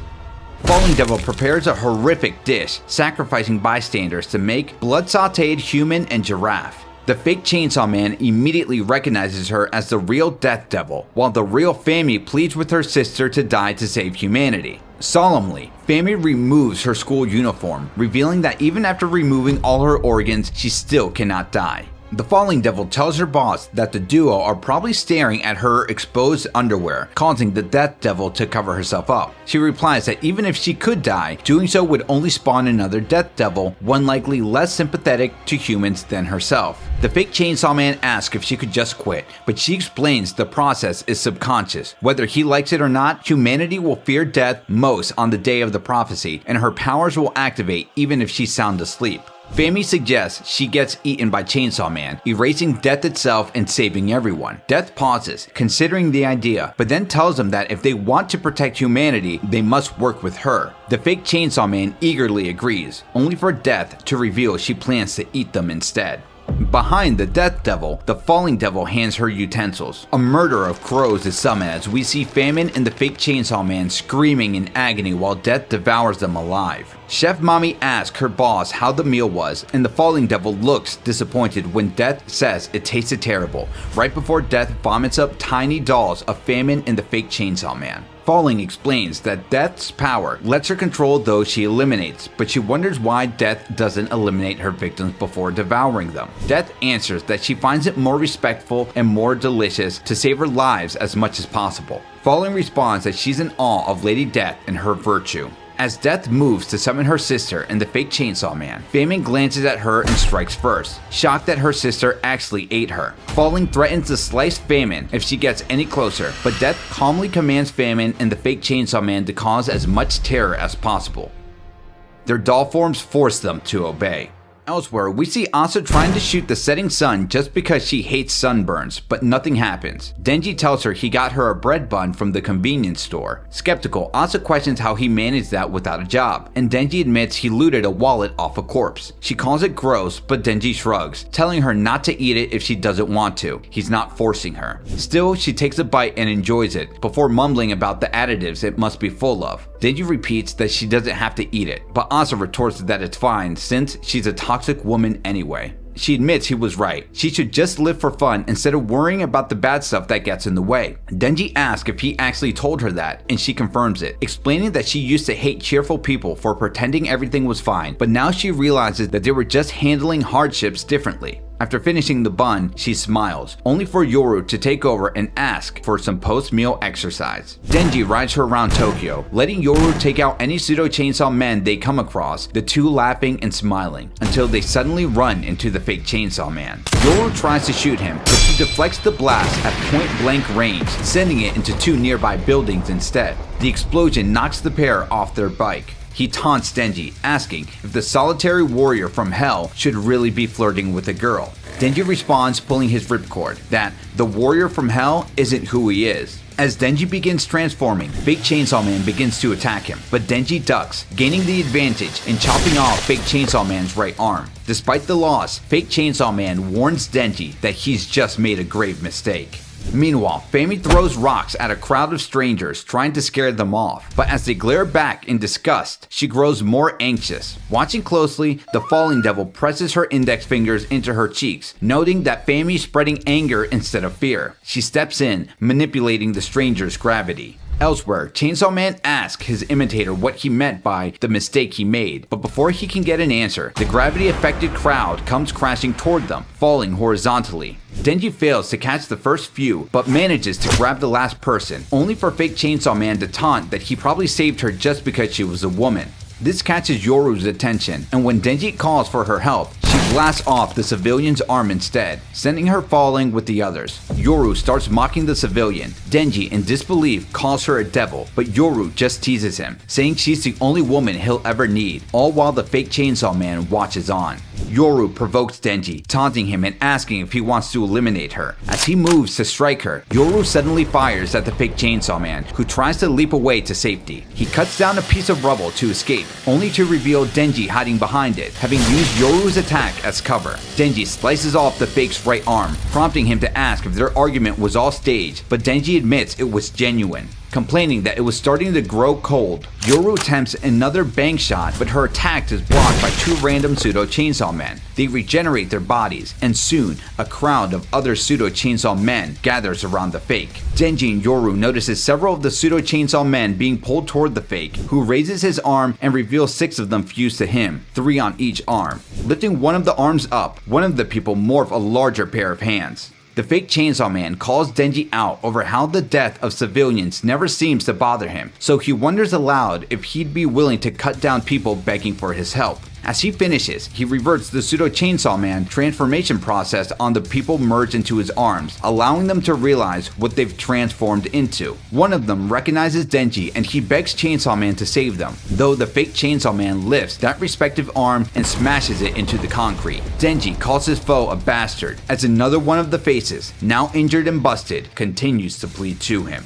After dodging several punches from the fake Chainsaw Man, Denji hears one of the innocent civilians trapped inside the devil's body say that each missed attack actually hurts them more. Not wanting to take any more hits, Denji asks if the civilian wants a pillow, but the civilian suggests a possible solution. Aiming for the heart should free everyone trapped inside. Denji compares it to a video game boss, but another civilian panics, misunderstanding his words. The fake Chainsaw Man leaps into the air, ready to strike with a devastating ground pound as Denji barely dodges. It swings again with its right arm, and Denji leaps toward it, running up the arm and shouting with renewed determination that its heart is wide open. But just as he gets a clear shot, he sees the devil's heart is shielded by the face of another trapped civilian. Caught off guard, Denji struck and sent crashing into a nearby building. Yoru jumps into the building and tells Denji he can't win if he still feels sorry for his victims. Denji says he doesn't like that approach, worrying it will hurt his popularity, but Yoru argues that unpopularity is inevitable anyway, pointing that even Asa, despite being popular, was forgotten in no time. She offers to help Denji take down the fake Chainsaw Man, but before they can discuss it further, the building they're in is suddenly lifted by the falling devil, who plans to throw it onto a crowd of onlookers. From afar, Fami watches in terror. As Asa and Denji float through the sky, Yoru notes that the building they're in is now in ruins. Realizing that means no one owns it, she claims it as her own and transforms it into a sword. Denji catches her from the fall, but the impact on his feet causes them to fall as well. Spotting the falling devil in the distance, Yoru charges after her, confident she can take down the primal fear. But she warns Denji that if he doesn't deal with the fake Chainsaw Man before she gets back, she'll handle it herself. Innocent lives be damned. Left with no other choice, Denji tries to negotiate as the fake Chainsaw Man approaches, hoping to free the humans trapped inside, but his efforts are ignored. Chastising the fake for crossing on a red light, Denji dodges its attacks, then decapitates and bisects the devil's body, freeing the trapped civilian as he stares down at his defeated doppelganger. He tries to thank those who helped, even attempting to lighten the mood with the video game reference he made earlier, but seeing Chainsaw Man covered in the remains of his captor scares them away. Denji seems to take it in stride. Before he can look for Yoru, a voice compliments his strength. Suddenly, the long-awaited fire devil appears. Denji immediately asks if it wants to fight, but it declines. Then asks a question, revealing it was inside the fake Chainsaw Man all along. Does Denji recognize the face of the fake's human form?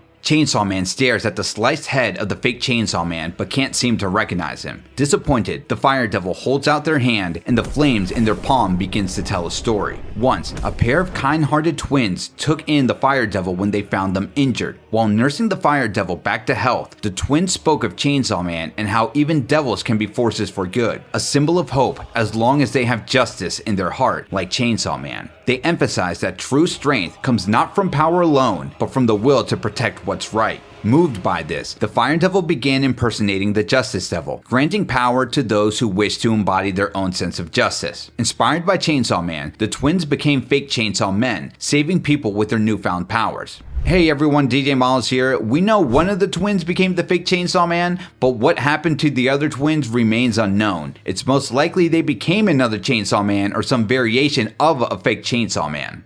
However, the younger twin was later taken hostage by the cockroach devil and was left to perish, allowed to fall by Denji so he could save a cat.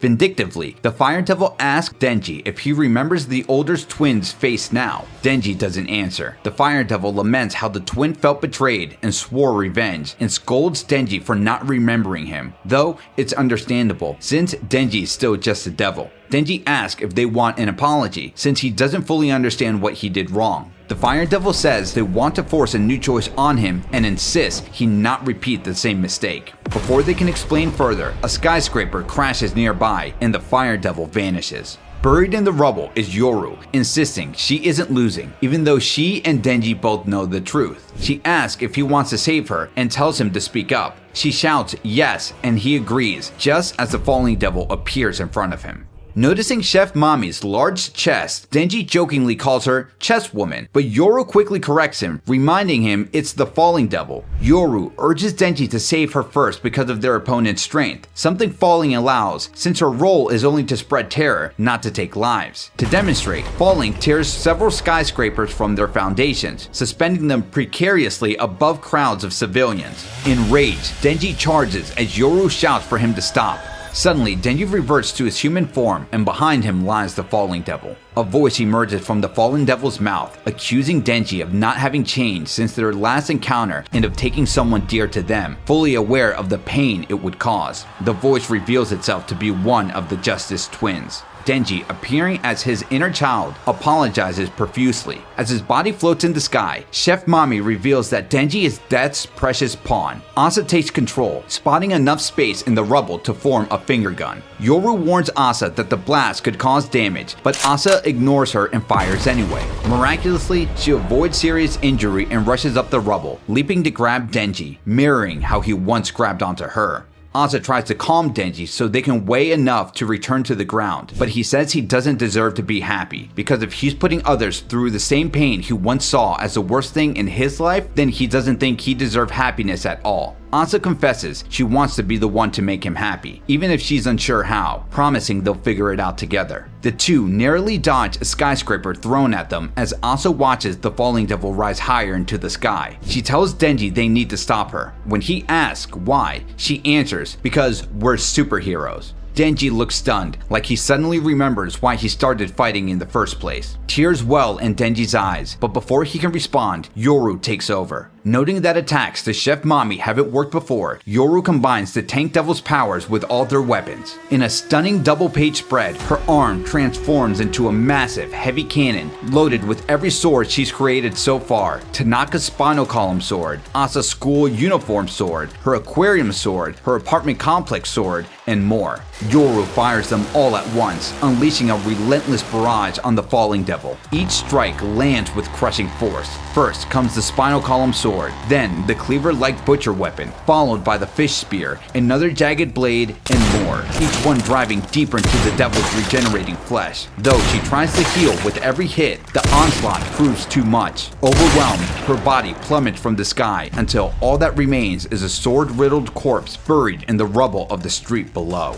Yoru and Denji land beside the pile of swords, initially thinking everything is fine, but they soon realize the Falling Devil isn't dead. She taunts Yoru, asking if she's satisfied, then points out that the fear of falling is instinctual, while war is a more human concept, and says Yoru could never hope to best her. She aims to wound them minorly and sends Asa's swords to impale them. Yoru tells Denji she can't run because her leg is pierced, so he carries her to safety. While running, Denji asks Yoru to create a motorcycle, but she says she needs a regular motorcycle first. As the swords continue to chase them down, eventually they take refuge in a small store where the owner's door temporarily blocks the swords, much to his surprise. Yoru tells Denji she's about to unleash her second ultimate weapon and rests a hand on his head. Both Denji and the shop owner are confused as Asa takes control, explaining Yoru plans to turn Denji into a weapon. Denji accepts, hoping becoming a badass weapon might lighten some of his sins. However, Yoru, having grown attached to him, changes her mind and says she can't do it. Suddenly, the barrage of weapons crashes through the door, piercing Yoru in the skull with a polearm and in the hips with a block-shaped claymore-like weapon. Denji suffers a similar wound from a sword. The Falling Devil slowly enters the room, sarcastically claiming she was holding back and that this proves the War Devil wasn't a real threat, while reflecting on how terrifying she once was, only for Yoru to suddenly vanish right before her eyes. The War Devil then reappears on the Falling Devil's back, impaling her with one of her swords, but the Falling Devil counters by firing a blast behind her. She gasps, thinking she just died, but Yoru retaliates by eviscerating her with a sword. Chef Mami then attempts another strike, but Yoru grabs the Primal Fear's piercing limbs and crushes them. Despite the Falling Devil twisting Yoru's arm in response, Yoru still Hulk smashes her, smashing the Falling Devil's torso until it disappears, while tearfully wondering why she seemed to forget something so important, or rather, why she had just remembered it. With her enemy finally incapacitated, Yoru approaches Denji, only to notice a breaking news story. The report reveals that, due to recent events, all-out war has erupted between the United States and the Soviet Union. The US has deployed a weapon, originally designed to eliminate devils, on several Soviet cities. An assistant provides the anchorman with more details, explaining the weapon was used to accelerate the war's end and is powered by uranium and plutonium, atomic energy. Shocked, Yoru realizes humanity has reinvented nuclear weapons. Upon recalling nuclear weapons, Yoru wonders why she remembered the nuclear weapons devil, her top favorite devil, since it was eaten by the original Chainsaw Man. She glances at Denji, wondering if he somehow puked it out, then laughs quietly to herself. The War Devil realizes this memory resurfaced because America reinvented nuclear weapons from scratch during its war with the Soviet Union, while a giant jumbo screen shows Americans cheering at the destructive horror. Meanwhile, the Falling Devil regenerates from Yoru's brutal attack and tries to fight back, only for Yoru to suddenly appear right behind her. Flashing a peace sign, Yoru declares victory and transforms the Primal Fear into a new outfit, commenting that she was cold. The Falling Devil, unable to believe her defeat, unravels into spaghetti-like strands while Yoru's memories flood back. Yoru smiles with gleeful clarity, stating she doesn't love Denji, but rather she's in love with America. She thanks the country for making her powerful, terrifying, and irresistible, all while the Falling Devil's unraveled strands begin to merge and morph with Yoru. Then she begins to sing the American national anthem, the Star-Spangled Banner. As she sings, visions flood her mind. Soviet cities in ruins, people digging through rubble, and fields of charred corpses lined up. Finishing her song with her new outfit complete, Yoru stands tall, hand over heart. Beside her, Asa watches with concern and asks if Yoru now intends to carry out her horrific plans for humanity. The War Devil tells Asa to stay put and watch before walking away. Elsewhere, Denji regains consciousness in an undisclosed classroom after someone pulls his ripcord. It's revealed the person who revived him is the Death Devil. Denji calls out Fami, hoping for an explanation, but Death calmly corrects him. She was never the Famine Devil, and instructs him to call her Lil D.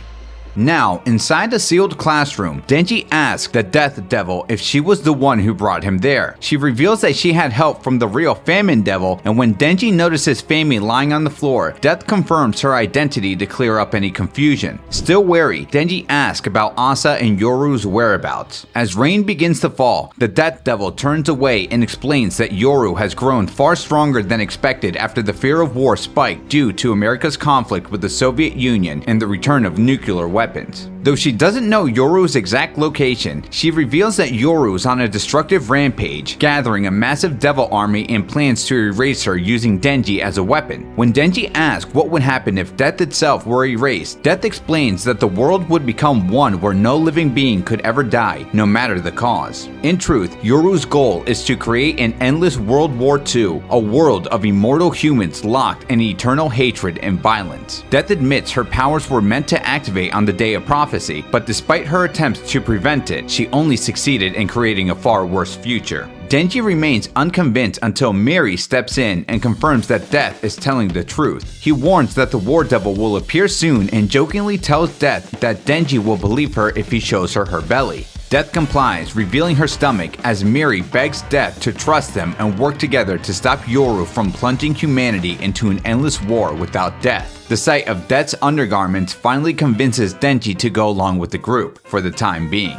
After Denji agrees to help stop Yoru, Miri explains the plans they've come up with, though Denji barely listens, distracted by the Death Devil's undergarments. When she adjusts herself and sits back down, Denji's told to rest in the nurse's office to prepare for what's coming. Lying there, he reflects on his situation and wonders if he'll make it through everything. His thoughts drift to Yoru's kiss and the Death Devil before he's suddenly startled by Fumiko Mifune emerging from beneath his hospital bed. Fumiko warns Denji that the Death Devil is only taking advantage of him and asks what will happen if the War Devil is defeated. Denji pushes back, pointing out that Death helped get him out of danger earlier. Fumiko then informs him Death had eliminated her multiple times alongside her colleagues. Confused, Denji points out that she's standing right in front of him. Fumiko then explains that she survives because of a worldwide contract she made with the STD Devil at a young age, which allows copies of her to exist across the world. Fumiko explains that anyone who formed an intimate bond with her became a full duplicate, sharing both her appearance and her mind. After making that contract, she continued creating similar agreements across the world, eventually leaving each country with its own version of her. However, she admits that the current chaos has caused many of her duplicates to be lost, even though the remaining ones still regularly share information with one another. She goes on to explain that conflicts are spreading everywhere and countless people are being lost, even without direct involvement from the War Devil or Death Devil. Fumiko adds that if Denji were to consume death, humanity would exist forever. She then claims that Yoru hasn't turned Denji into a weapon because she loves him. According to Fumiko, even in a world without death, Denji could still find happiness with Yoru. Before leaving, Fumiko asks Denji to speak to Yoru and plead for mercy on her behalf as well. Though Denji grows suspicious and realizes she hasn't fully been honest with him, she leaves him with a parting image meant to sway his feelings. As he lies back on the bed alone, Denji quietly convinces himself that Fumiko might not be a bad person after all.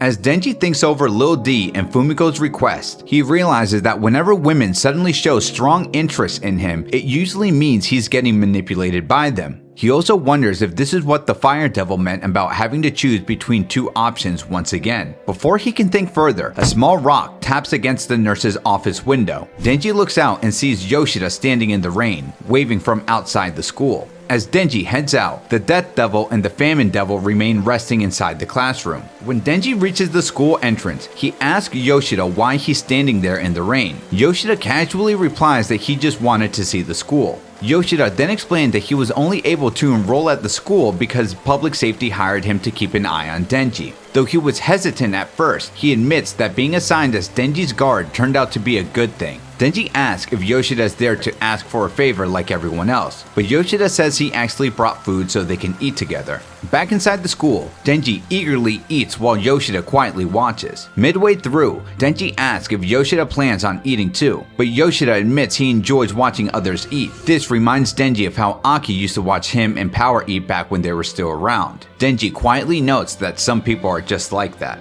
Yoshida reminisces about a time they dealt with a group of troublemakers, noting that while sticking close to Denji was exhausting, the moments they shared were worth remembering. Hearing this, Denji grows suspicious and asks what Yoshida is really here for. Yoshida then explains that he came to say goodbye and that they won't meet again. The two shake hands, thanking each other for the time they spent together. Suddenly, Yoshida apologizes and reveals that his role was to act as a trigger, just as the school building is suddenly engulfed in an explosion. As heavy rain pours down, Denji pulls himself from the ruined building, a large piece of broken wood lodged through him. Looking over the wreckage, he spots Yoshida's body pinned among shattered concrete and twisted metal. Moments later, a third figure arrives, Barum, who, with a pleased grin, sets Yoshida's remains alight using his flamethrower. He casually remarks that both he and Yoshida seemed unlucky this time. Before Barum can say more, Denji, overcome with quiet fury and grief at Yoshida's end and Barum's indifference, loses control.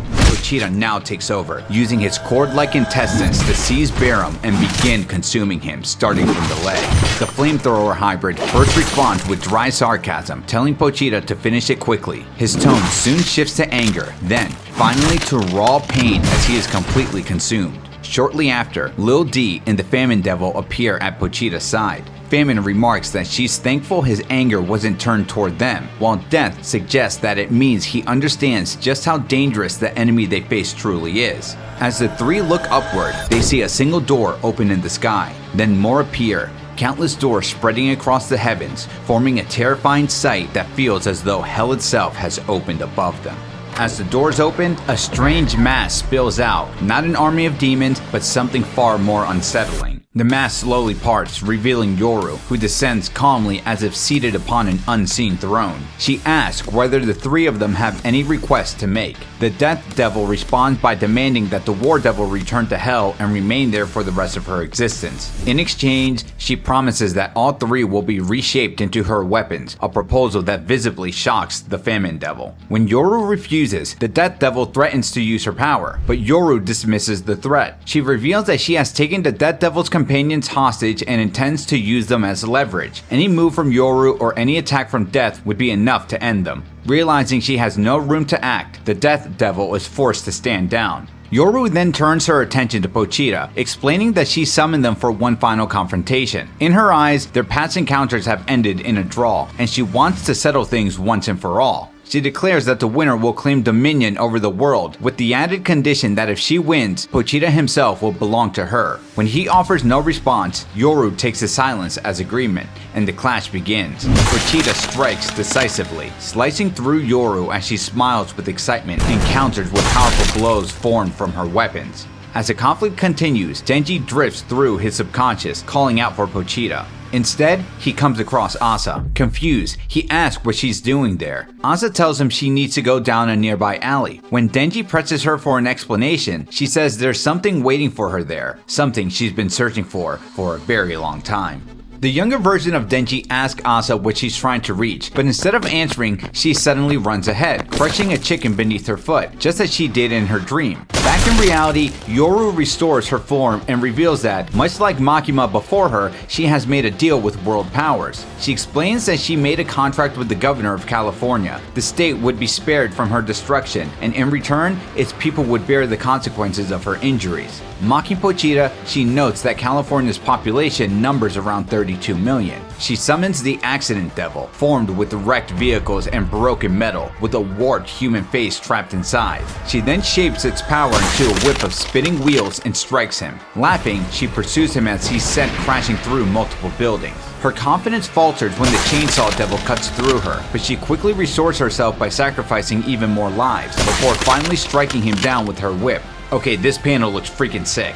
Meanwhile, Denji struggles to keep up with Asa. When he finally reaches her, the truth is revealed. The person she has been chasing all this time is her mother, the one who gave her life to save her. As Asa speaks to her mother, she and Denji are drawn into a memory from her past, a riverbank where her father lies injured in front of a younger version of herself. Asa explains that her family was together when a devil emerged from the river. Soon after, her mother tells young Asa to run and get help from public safety. Asa stumbles on the way, and by the time she returns, her father has already passed. The present-day Asa wonders why she's only recalling this now. However, the younger Asa notices details that weren't there before, signs of a more severe injury and markings on a nearby rock. Putting everything together, she realizes the truth. Her mother was responsible for her father's death. Later that night, Asa's mother explains her reasoning. The compensation from a death caused by a devil was far greater than what they would have received if he had survived with an injury, enough to support Asa's future and help her reach high school. She also reveals that Asa's father had long struggled with drinking and had been unfaithful. Asa then realizes that her younger self may have wanted her father gone as well, since her fall that day wasn't entirely accidental. She had believed that the longer she delayed, the less chance he had of surviving. Asa asks Denji if that makes her a terrible person. Denji responds by admitting that he had caused his own father's death and made it look like an accident, yet he believes he's still a good person. The two look at each other and suddenly laugh together, mirroring Yoru's laughter as she continues battling Pochita.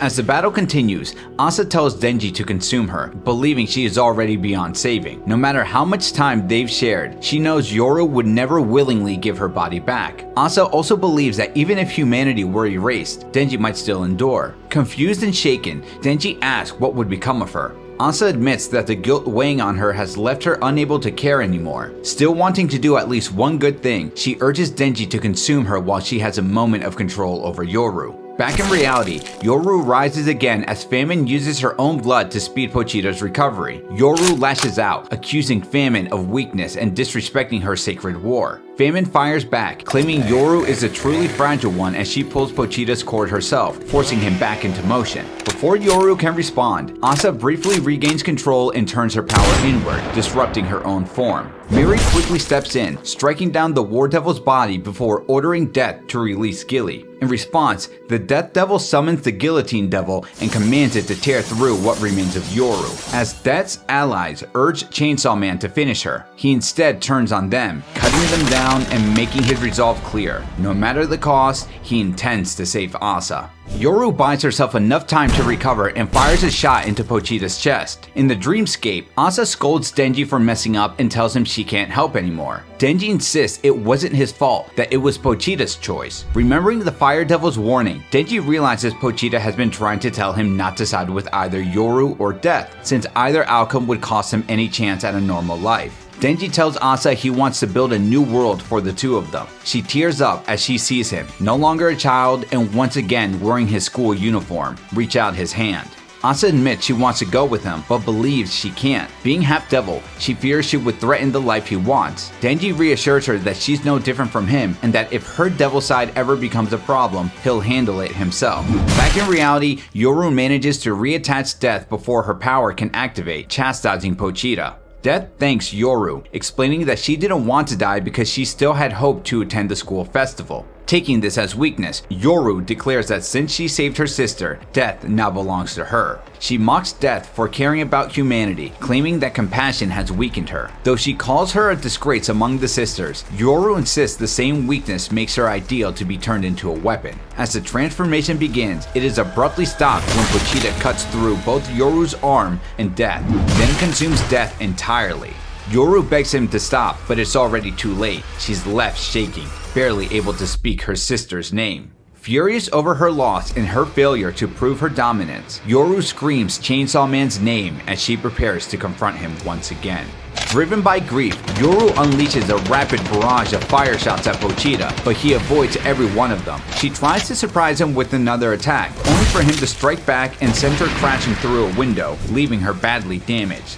She attempts to summon the Moray Eel Devil to turn the tide, but it is cut down almost instantly. Yoru pauses to remark on her fondness for the devil that was just destroyed as the two face each other off near the towering door to hell. She then boasts that since coming to Earth, she has learned the value of bonds, claiming she has come to appreciate both the greatness of devils and the foolishness of humanity. Calling upon an army of devils, Yoru declares that war grows stronger when fought alongside others, and that Pochita's lack of bonds only puts him at a disadvantage. As the devils near the hero of hell, Yoru's confidence quickly fades as Pochita tears through her forces and charges straight at her. Hesitating, Yoru summons the Michigan Sword. Elsewhere, a Fumiko Mifune duplicate records the unfolding disaster, announcing that at 11:23 a.m., the state of Michigan collapses inward. People and structures are thrown into chaos as land and infrastructure twist upward, merging into a massive new weapon forged for the War Devil.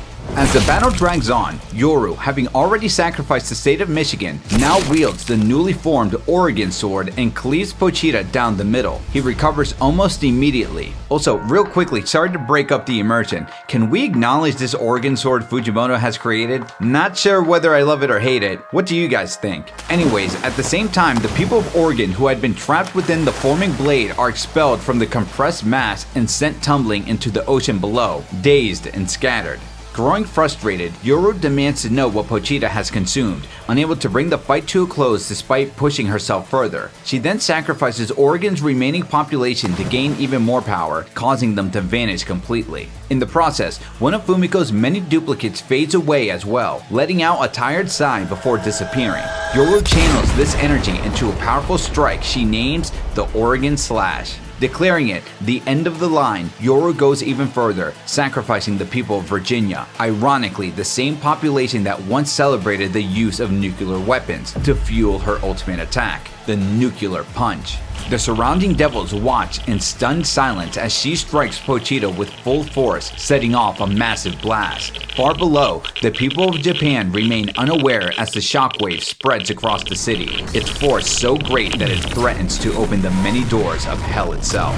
In the aftermath of the explosion, Yoru restores herself from what remains of her head, landing lightly on the ground just as the head of another devil falls nearby. She offers a brief apology before surveying the destruction she has caused. Around her, the people of Japan lie motionless or badly injured, many still writhing in pain. Among them is Chainsaw Man's body, reduced to a scorched torso and head. In the distance, Yoru notices a woman with a severe head wound calling out for Chainsaw Man to save her. Yoru realizes that this is the world she has been fighting for, a world where no one can truly die. Overcome with emotion, she begins to weep with joy. Her celebration is cut short when the same woman rises and stands over Chainsaw Man, blood dripping from her cracked skull into his open mouth. Alarmed that this could undo her victory, Yoru swiftly stops her. As Chainsaw Man slowly regains awareness, Yoru thanks him for helping bring about her ideal world, claiming it will only be complete once humanity turns against itself again. Having declared herself the winner of their final battle, she prepares to claim him as her weapon. As she reaches out, thinking of a fitting name, she's startled when Denji suddenly emerges from Chainsaw Man's body, flashes her a peace sign, and announces that he's won. Confused, Yoru demands an explanation. Denji tells her that because of how her power works and her need to win, she can only turn someone into a weapon if she defeats them completely, both physically and mentally.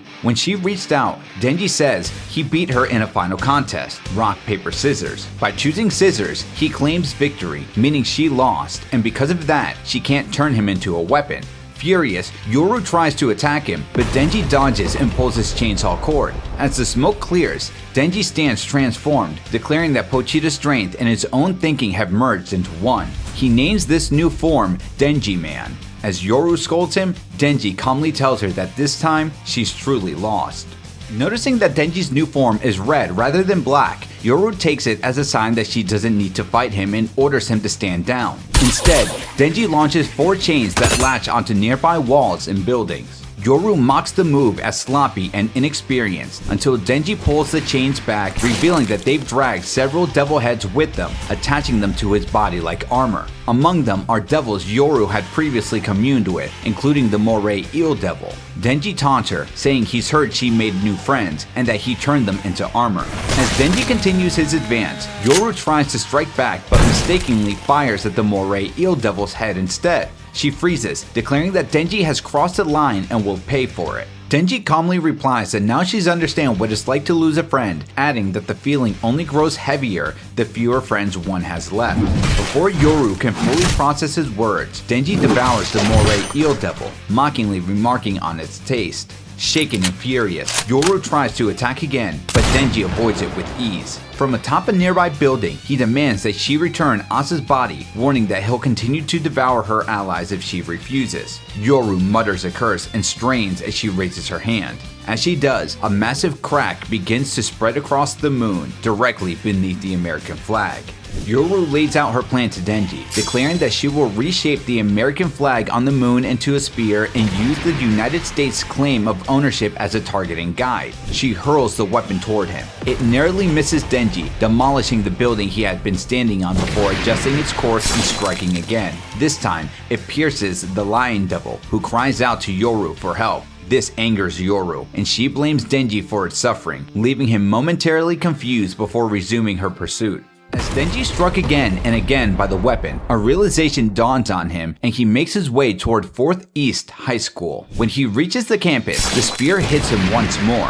Yoru mocks him, declaring that once she sees him broken on the ground, she will have truly won, free to force him into submission and carry out her vision of endless human conflict. However, when Yoru reaches the rooftop, she suddenly stumbles. Confused, she questions how she had even been able to move moments earlier.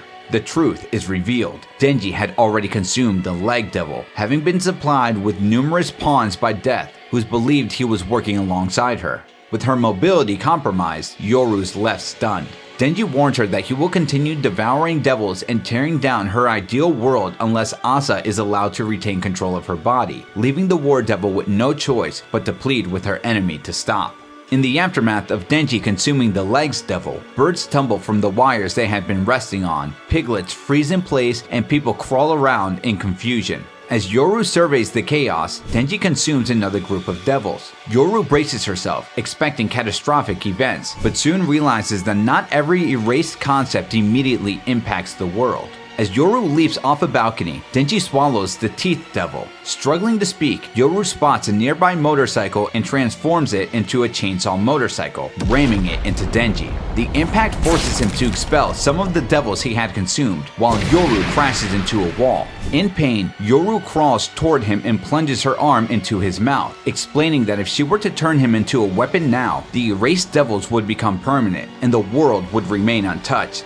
This forces Denji to release the legs and teeth devils, allowing Yoru to finally regain her voice and mobility. Frustrated, Denji kicks her back against a nearby wall. As he prepares to continue the fight, Yoru asks about the rest of the devils he had consumed. Denji explains they weren't part of what he just expelled, and the two notice the remaining devils lying on the ground. Before Denji can reach them, Yoru fires at them, scattering or destroying most. Denji, left unharmed, runs off, prompting Yoru to chase him. She taunts him, claiming he can't disrupt her world further without consuming more devils, showing off a pawn as leverage. Denji shrugs it off, declaring that those devils aren't enough to satisfy his hunger and that he'll head to hell to find real ones, before leaping into a door on the ground with Yoru in pursuit. The door closes, leaving Denji and Yoru on a platform of doors, staring into the endless black abyss of hell. Denji wonders aloud where all the devils have gone. Yoru exploits his momentary confusion by riddling him with bullets before blasting him into hell's ocean.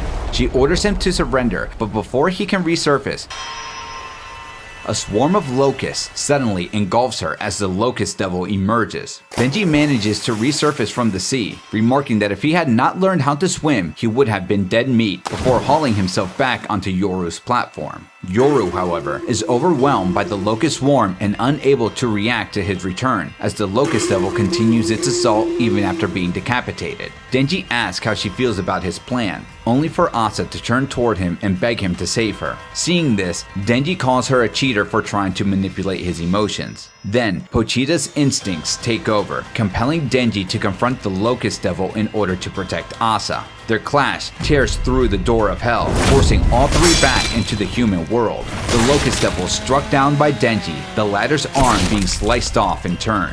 Noticing that his right arm is missing and that the locust devil is still active, Denji asks Asa what its deal is, only to receive an uncertain reply. The devil charges at him but is knocked back, then latches onto Denji with its intestine-like scarf, hurling him through several buildings. Buried beneath the rubble, Denji is temporarily immobilized as the locust devil unleashes swarms of locusts upon him. Recovering from her earlier injuries, Asa throws Denji his severed arm. Using the chains attached to it, he reels the locust devil toward him and finishes it off. As he devours it, Asa asks if he's okay, and Denji replies that it tastes like shrimp. Asa smiles, but their moment is cut short when Yoru strikes again, blasting Denji through another building and tearing off his left arm. Denji protests that the attack is unfair, only for Yoru to fire once more, this time sending him crashing into a flock of pigeons and destroying both his legs. Seemingly immobilized, Denji can only watch as Yoru approaches, preparing to fire again. The follow-up strike leaves Denji as a little more than a skeletal husk, his intestines spilling from the gaping wound in his torso. Acting on instinct, chains burst from his missing limbs, latch onto nearby structures, and drag what remains of his body to safety. Yoru watches with bored indifference before mounting her super chainsaw motorcycle and giving chase, plowing through an innocent bystander without hesitation. Denji eventually slams into a wall and is forced to stop, pulling his starter cord with his teeth. He tries to regenerate, but without blood, it fails. As Yoru closes in, she notices he has coughed up a dove, and recalling Asa's grief when she accidentally killed Bucky, instinctively tries to veer away. But she's moving too fast, and a sudden shift sends her crashing into a wall. Bleeding out, Yoru wonders why she can't heal. Denji answers plainly. Her contract shifts the damage of her attacks onto American citizens, but it doesn't cover injuries she's causes herself. Asa then appears, looking down at her, and asks why the dove was enough to stop her. Yoru replies that it's because Asa hates seeing birds die. As she's bleeding out, Yoru lets out a faint laugh at the sight of two birds flying overhead. Asa, still shaken by Yoru sparing the dove, questions why she was left alive at all, especially when Yoru could have taken full control of her body and mind. Noticing Denji crawling toward them, Yoru explains that stealing the body of a bird at the beginning was simply to survive. Even so, she still felt the bird's guilt for catching and eating worms. By accepting that guilt, she says she can create stronger weapons. She tried to understand Asa's guilt the same way, but ultimately couldn't. Asa is left speechless as Yoru concludes that what Asa sees as sins mean little to a devil, just as Denji finally reaches them. Tearing open one of his remaining arms, Denji offers Yoru his blood to help her recover before collapsing. Confused, Yoru asks why he would do that when she could easily turn on him, questioning whether he did it to become her weapon or to join her in tearing the world down together. Denji admits that he remembered her promise, that she'd sleep with him if he took down a dangerous devil. Yoru bursts into uncontrollable laughter as everything around them continues to spiral into chaos. A chuckling Yoru asks Denji why he thought the dove distraction would work, prompting him to mention her promise. When she pushes him to be honest, Denji admits he once knew a devil who had a similar soft spot for animals even while trying to take him out, and he hoped Yoru might be the same. When she asks why that matters, Denji hesitates before admitting he's lonely and he just wants a friend. Yoru suggests they could simply be friends, but Denji cuts in, insisting they should be friends who also sleep together. Amused by his bluntness, Yoru relents, saying that while she may hate Chainsaw Man, she doesn't hate Denji. After giving him blood, she agrees, assuring him that Asa is on board as well. Denji returns to his human form, overwhelmed before breaking into pure excitement. However, the moment doesn't last. They're suddenly swarmed by insect and pest-like devils, along with 3 especially powerful figures. One with a spiked head, one with a sunken face, and one shaped like a crescent moon. Elsewhere in India, Fumiko watches bats fill the sky and overwhelm civilians, while her counterpart in Canada reports a similar outbreak of roaches. The Canadian Fumiko theorizes that highly fertile species, which normally reduce their numbers at birth, no longer need to, forcing them to turn to humans to sustain their rapid growth. With no natural end to life, humanity now fears these creatures more than ever. Her report is cut short when India's Fumiko is suddenly taken mid-transmission. Unshaken, she reflects on how when all Fumiko representatives once gathered to discuss their fears, each naming something different, she couldn't decide her own. That uncertainty vanishes as roaches begin pouring through her doorway. Back on the battlefield, as the insect devils close in, Yoru urges Denji to run, pointing out they're both critically low on blood. Asa appears, trying to snap him back to his senses, but Denji refuses, arguing he was right on the edge of getting what he's always wanted. He starts to repeat the line he once told the zombified Yakuza: "If you're gonna get in our way," but pauses, asking Pochita how it ends, just as the crescent moon-headed devil moves in to strike.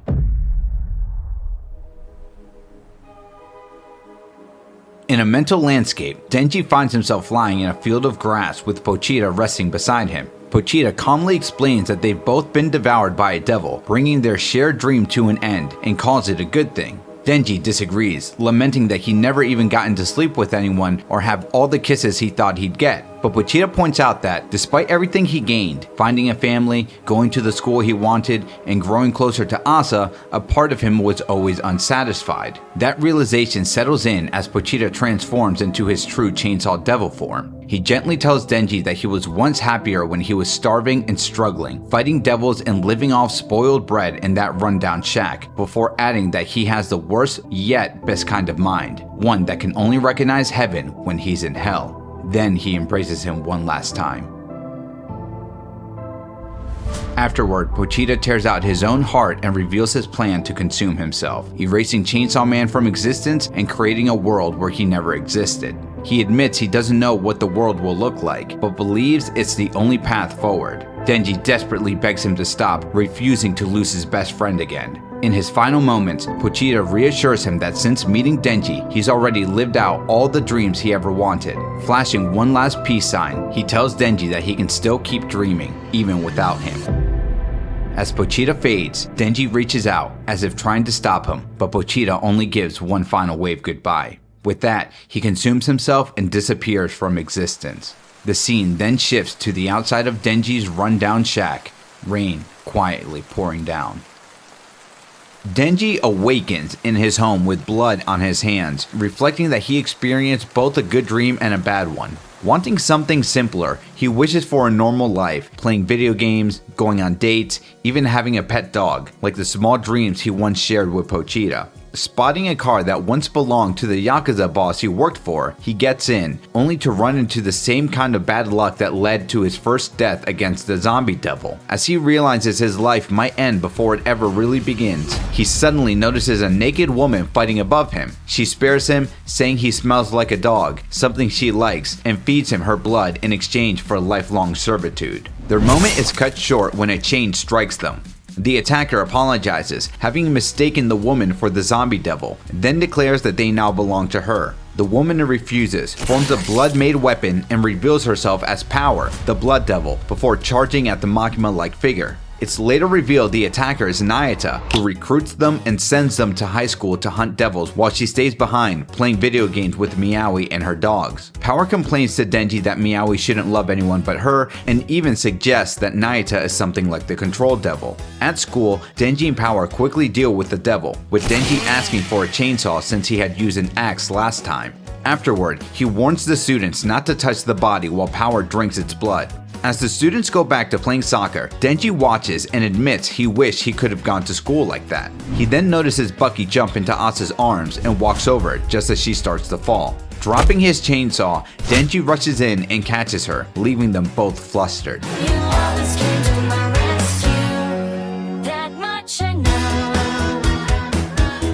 Asa thanks him, calling him Chainsaw Man, which makes his heart race, hinting that a part of Pochita is still within him. When he asks why, she simply says it's because of how he fights.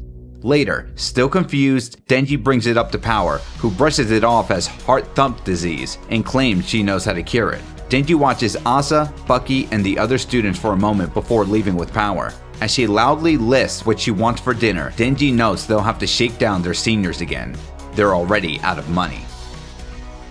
This ending is definitely a mixed bag, to say the least. We get to see Denji living what looks like a better life in this alternate timeline with Power and Nayata back in the picture, but for me, it doesn't fully resolve Asa's story. Yoru's role in particular feels underwhelming, and some of the plot threads come together a little too conveniently by shifting Denji into a new world. That said, I'm still grateful to have experienced this journey, and I appreciate all of you for sticking with me as I told this story. Let me know in the comments how you feel about the conclusion of Chainsaw Man Part 2 and whether you'd want to see a Part 3. My name is DJ Miles. Keep on dreaming, guys.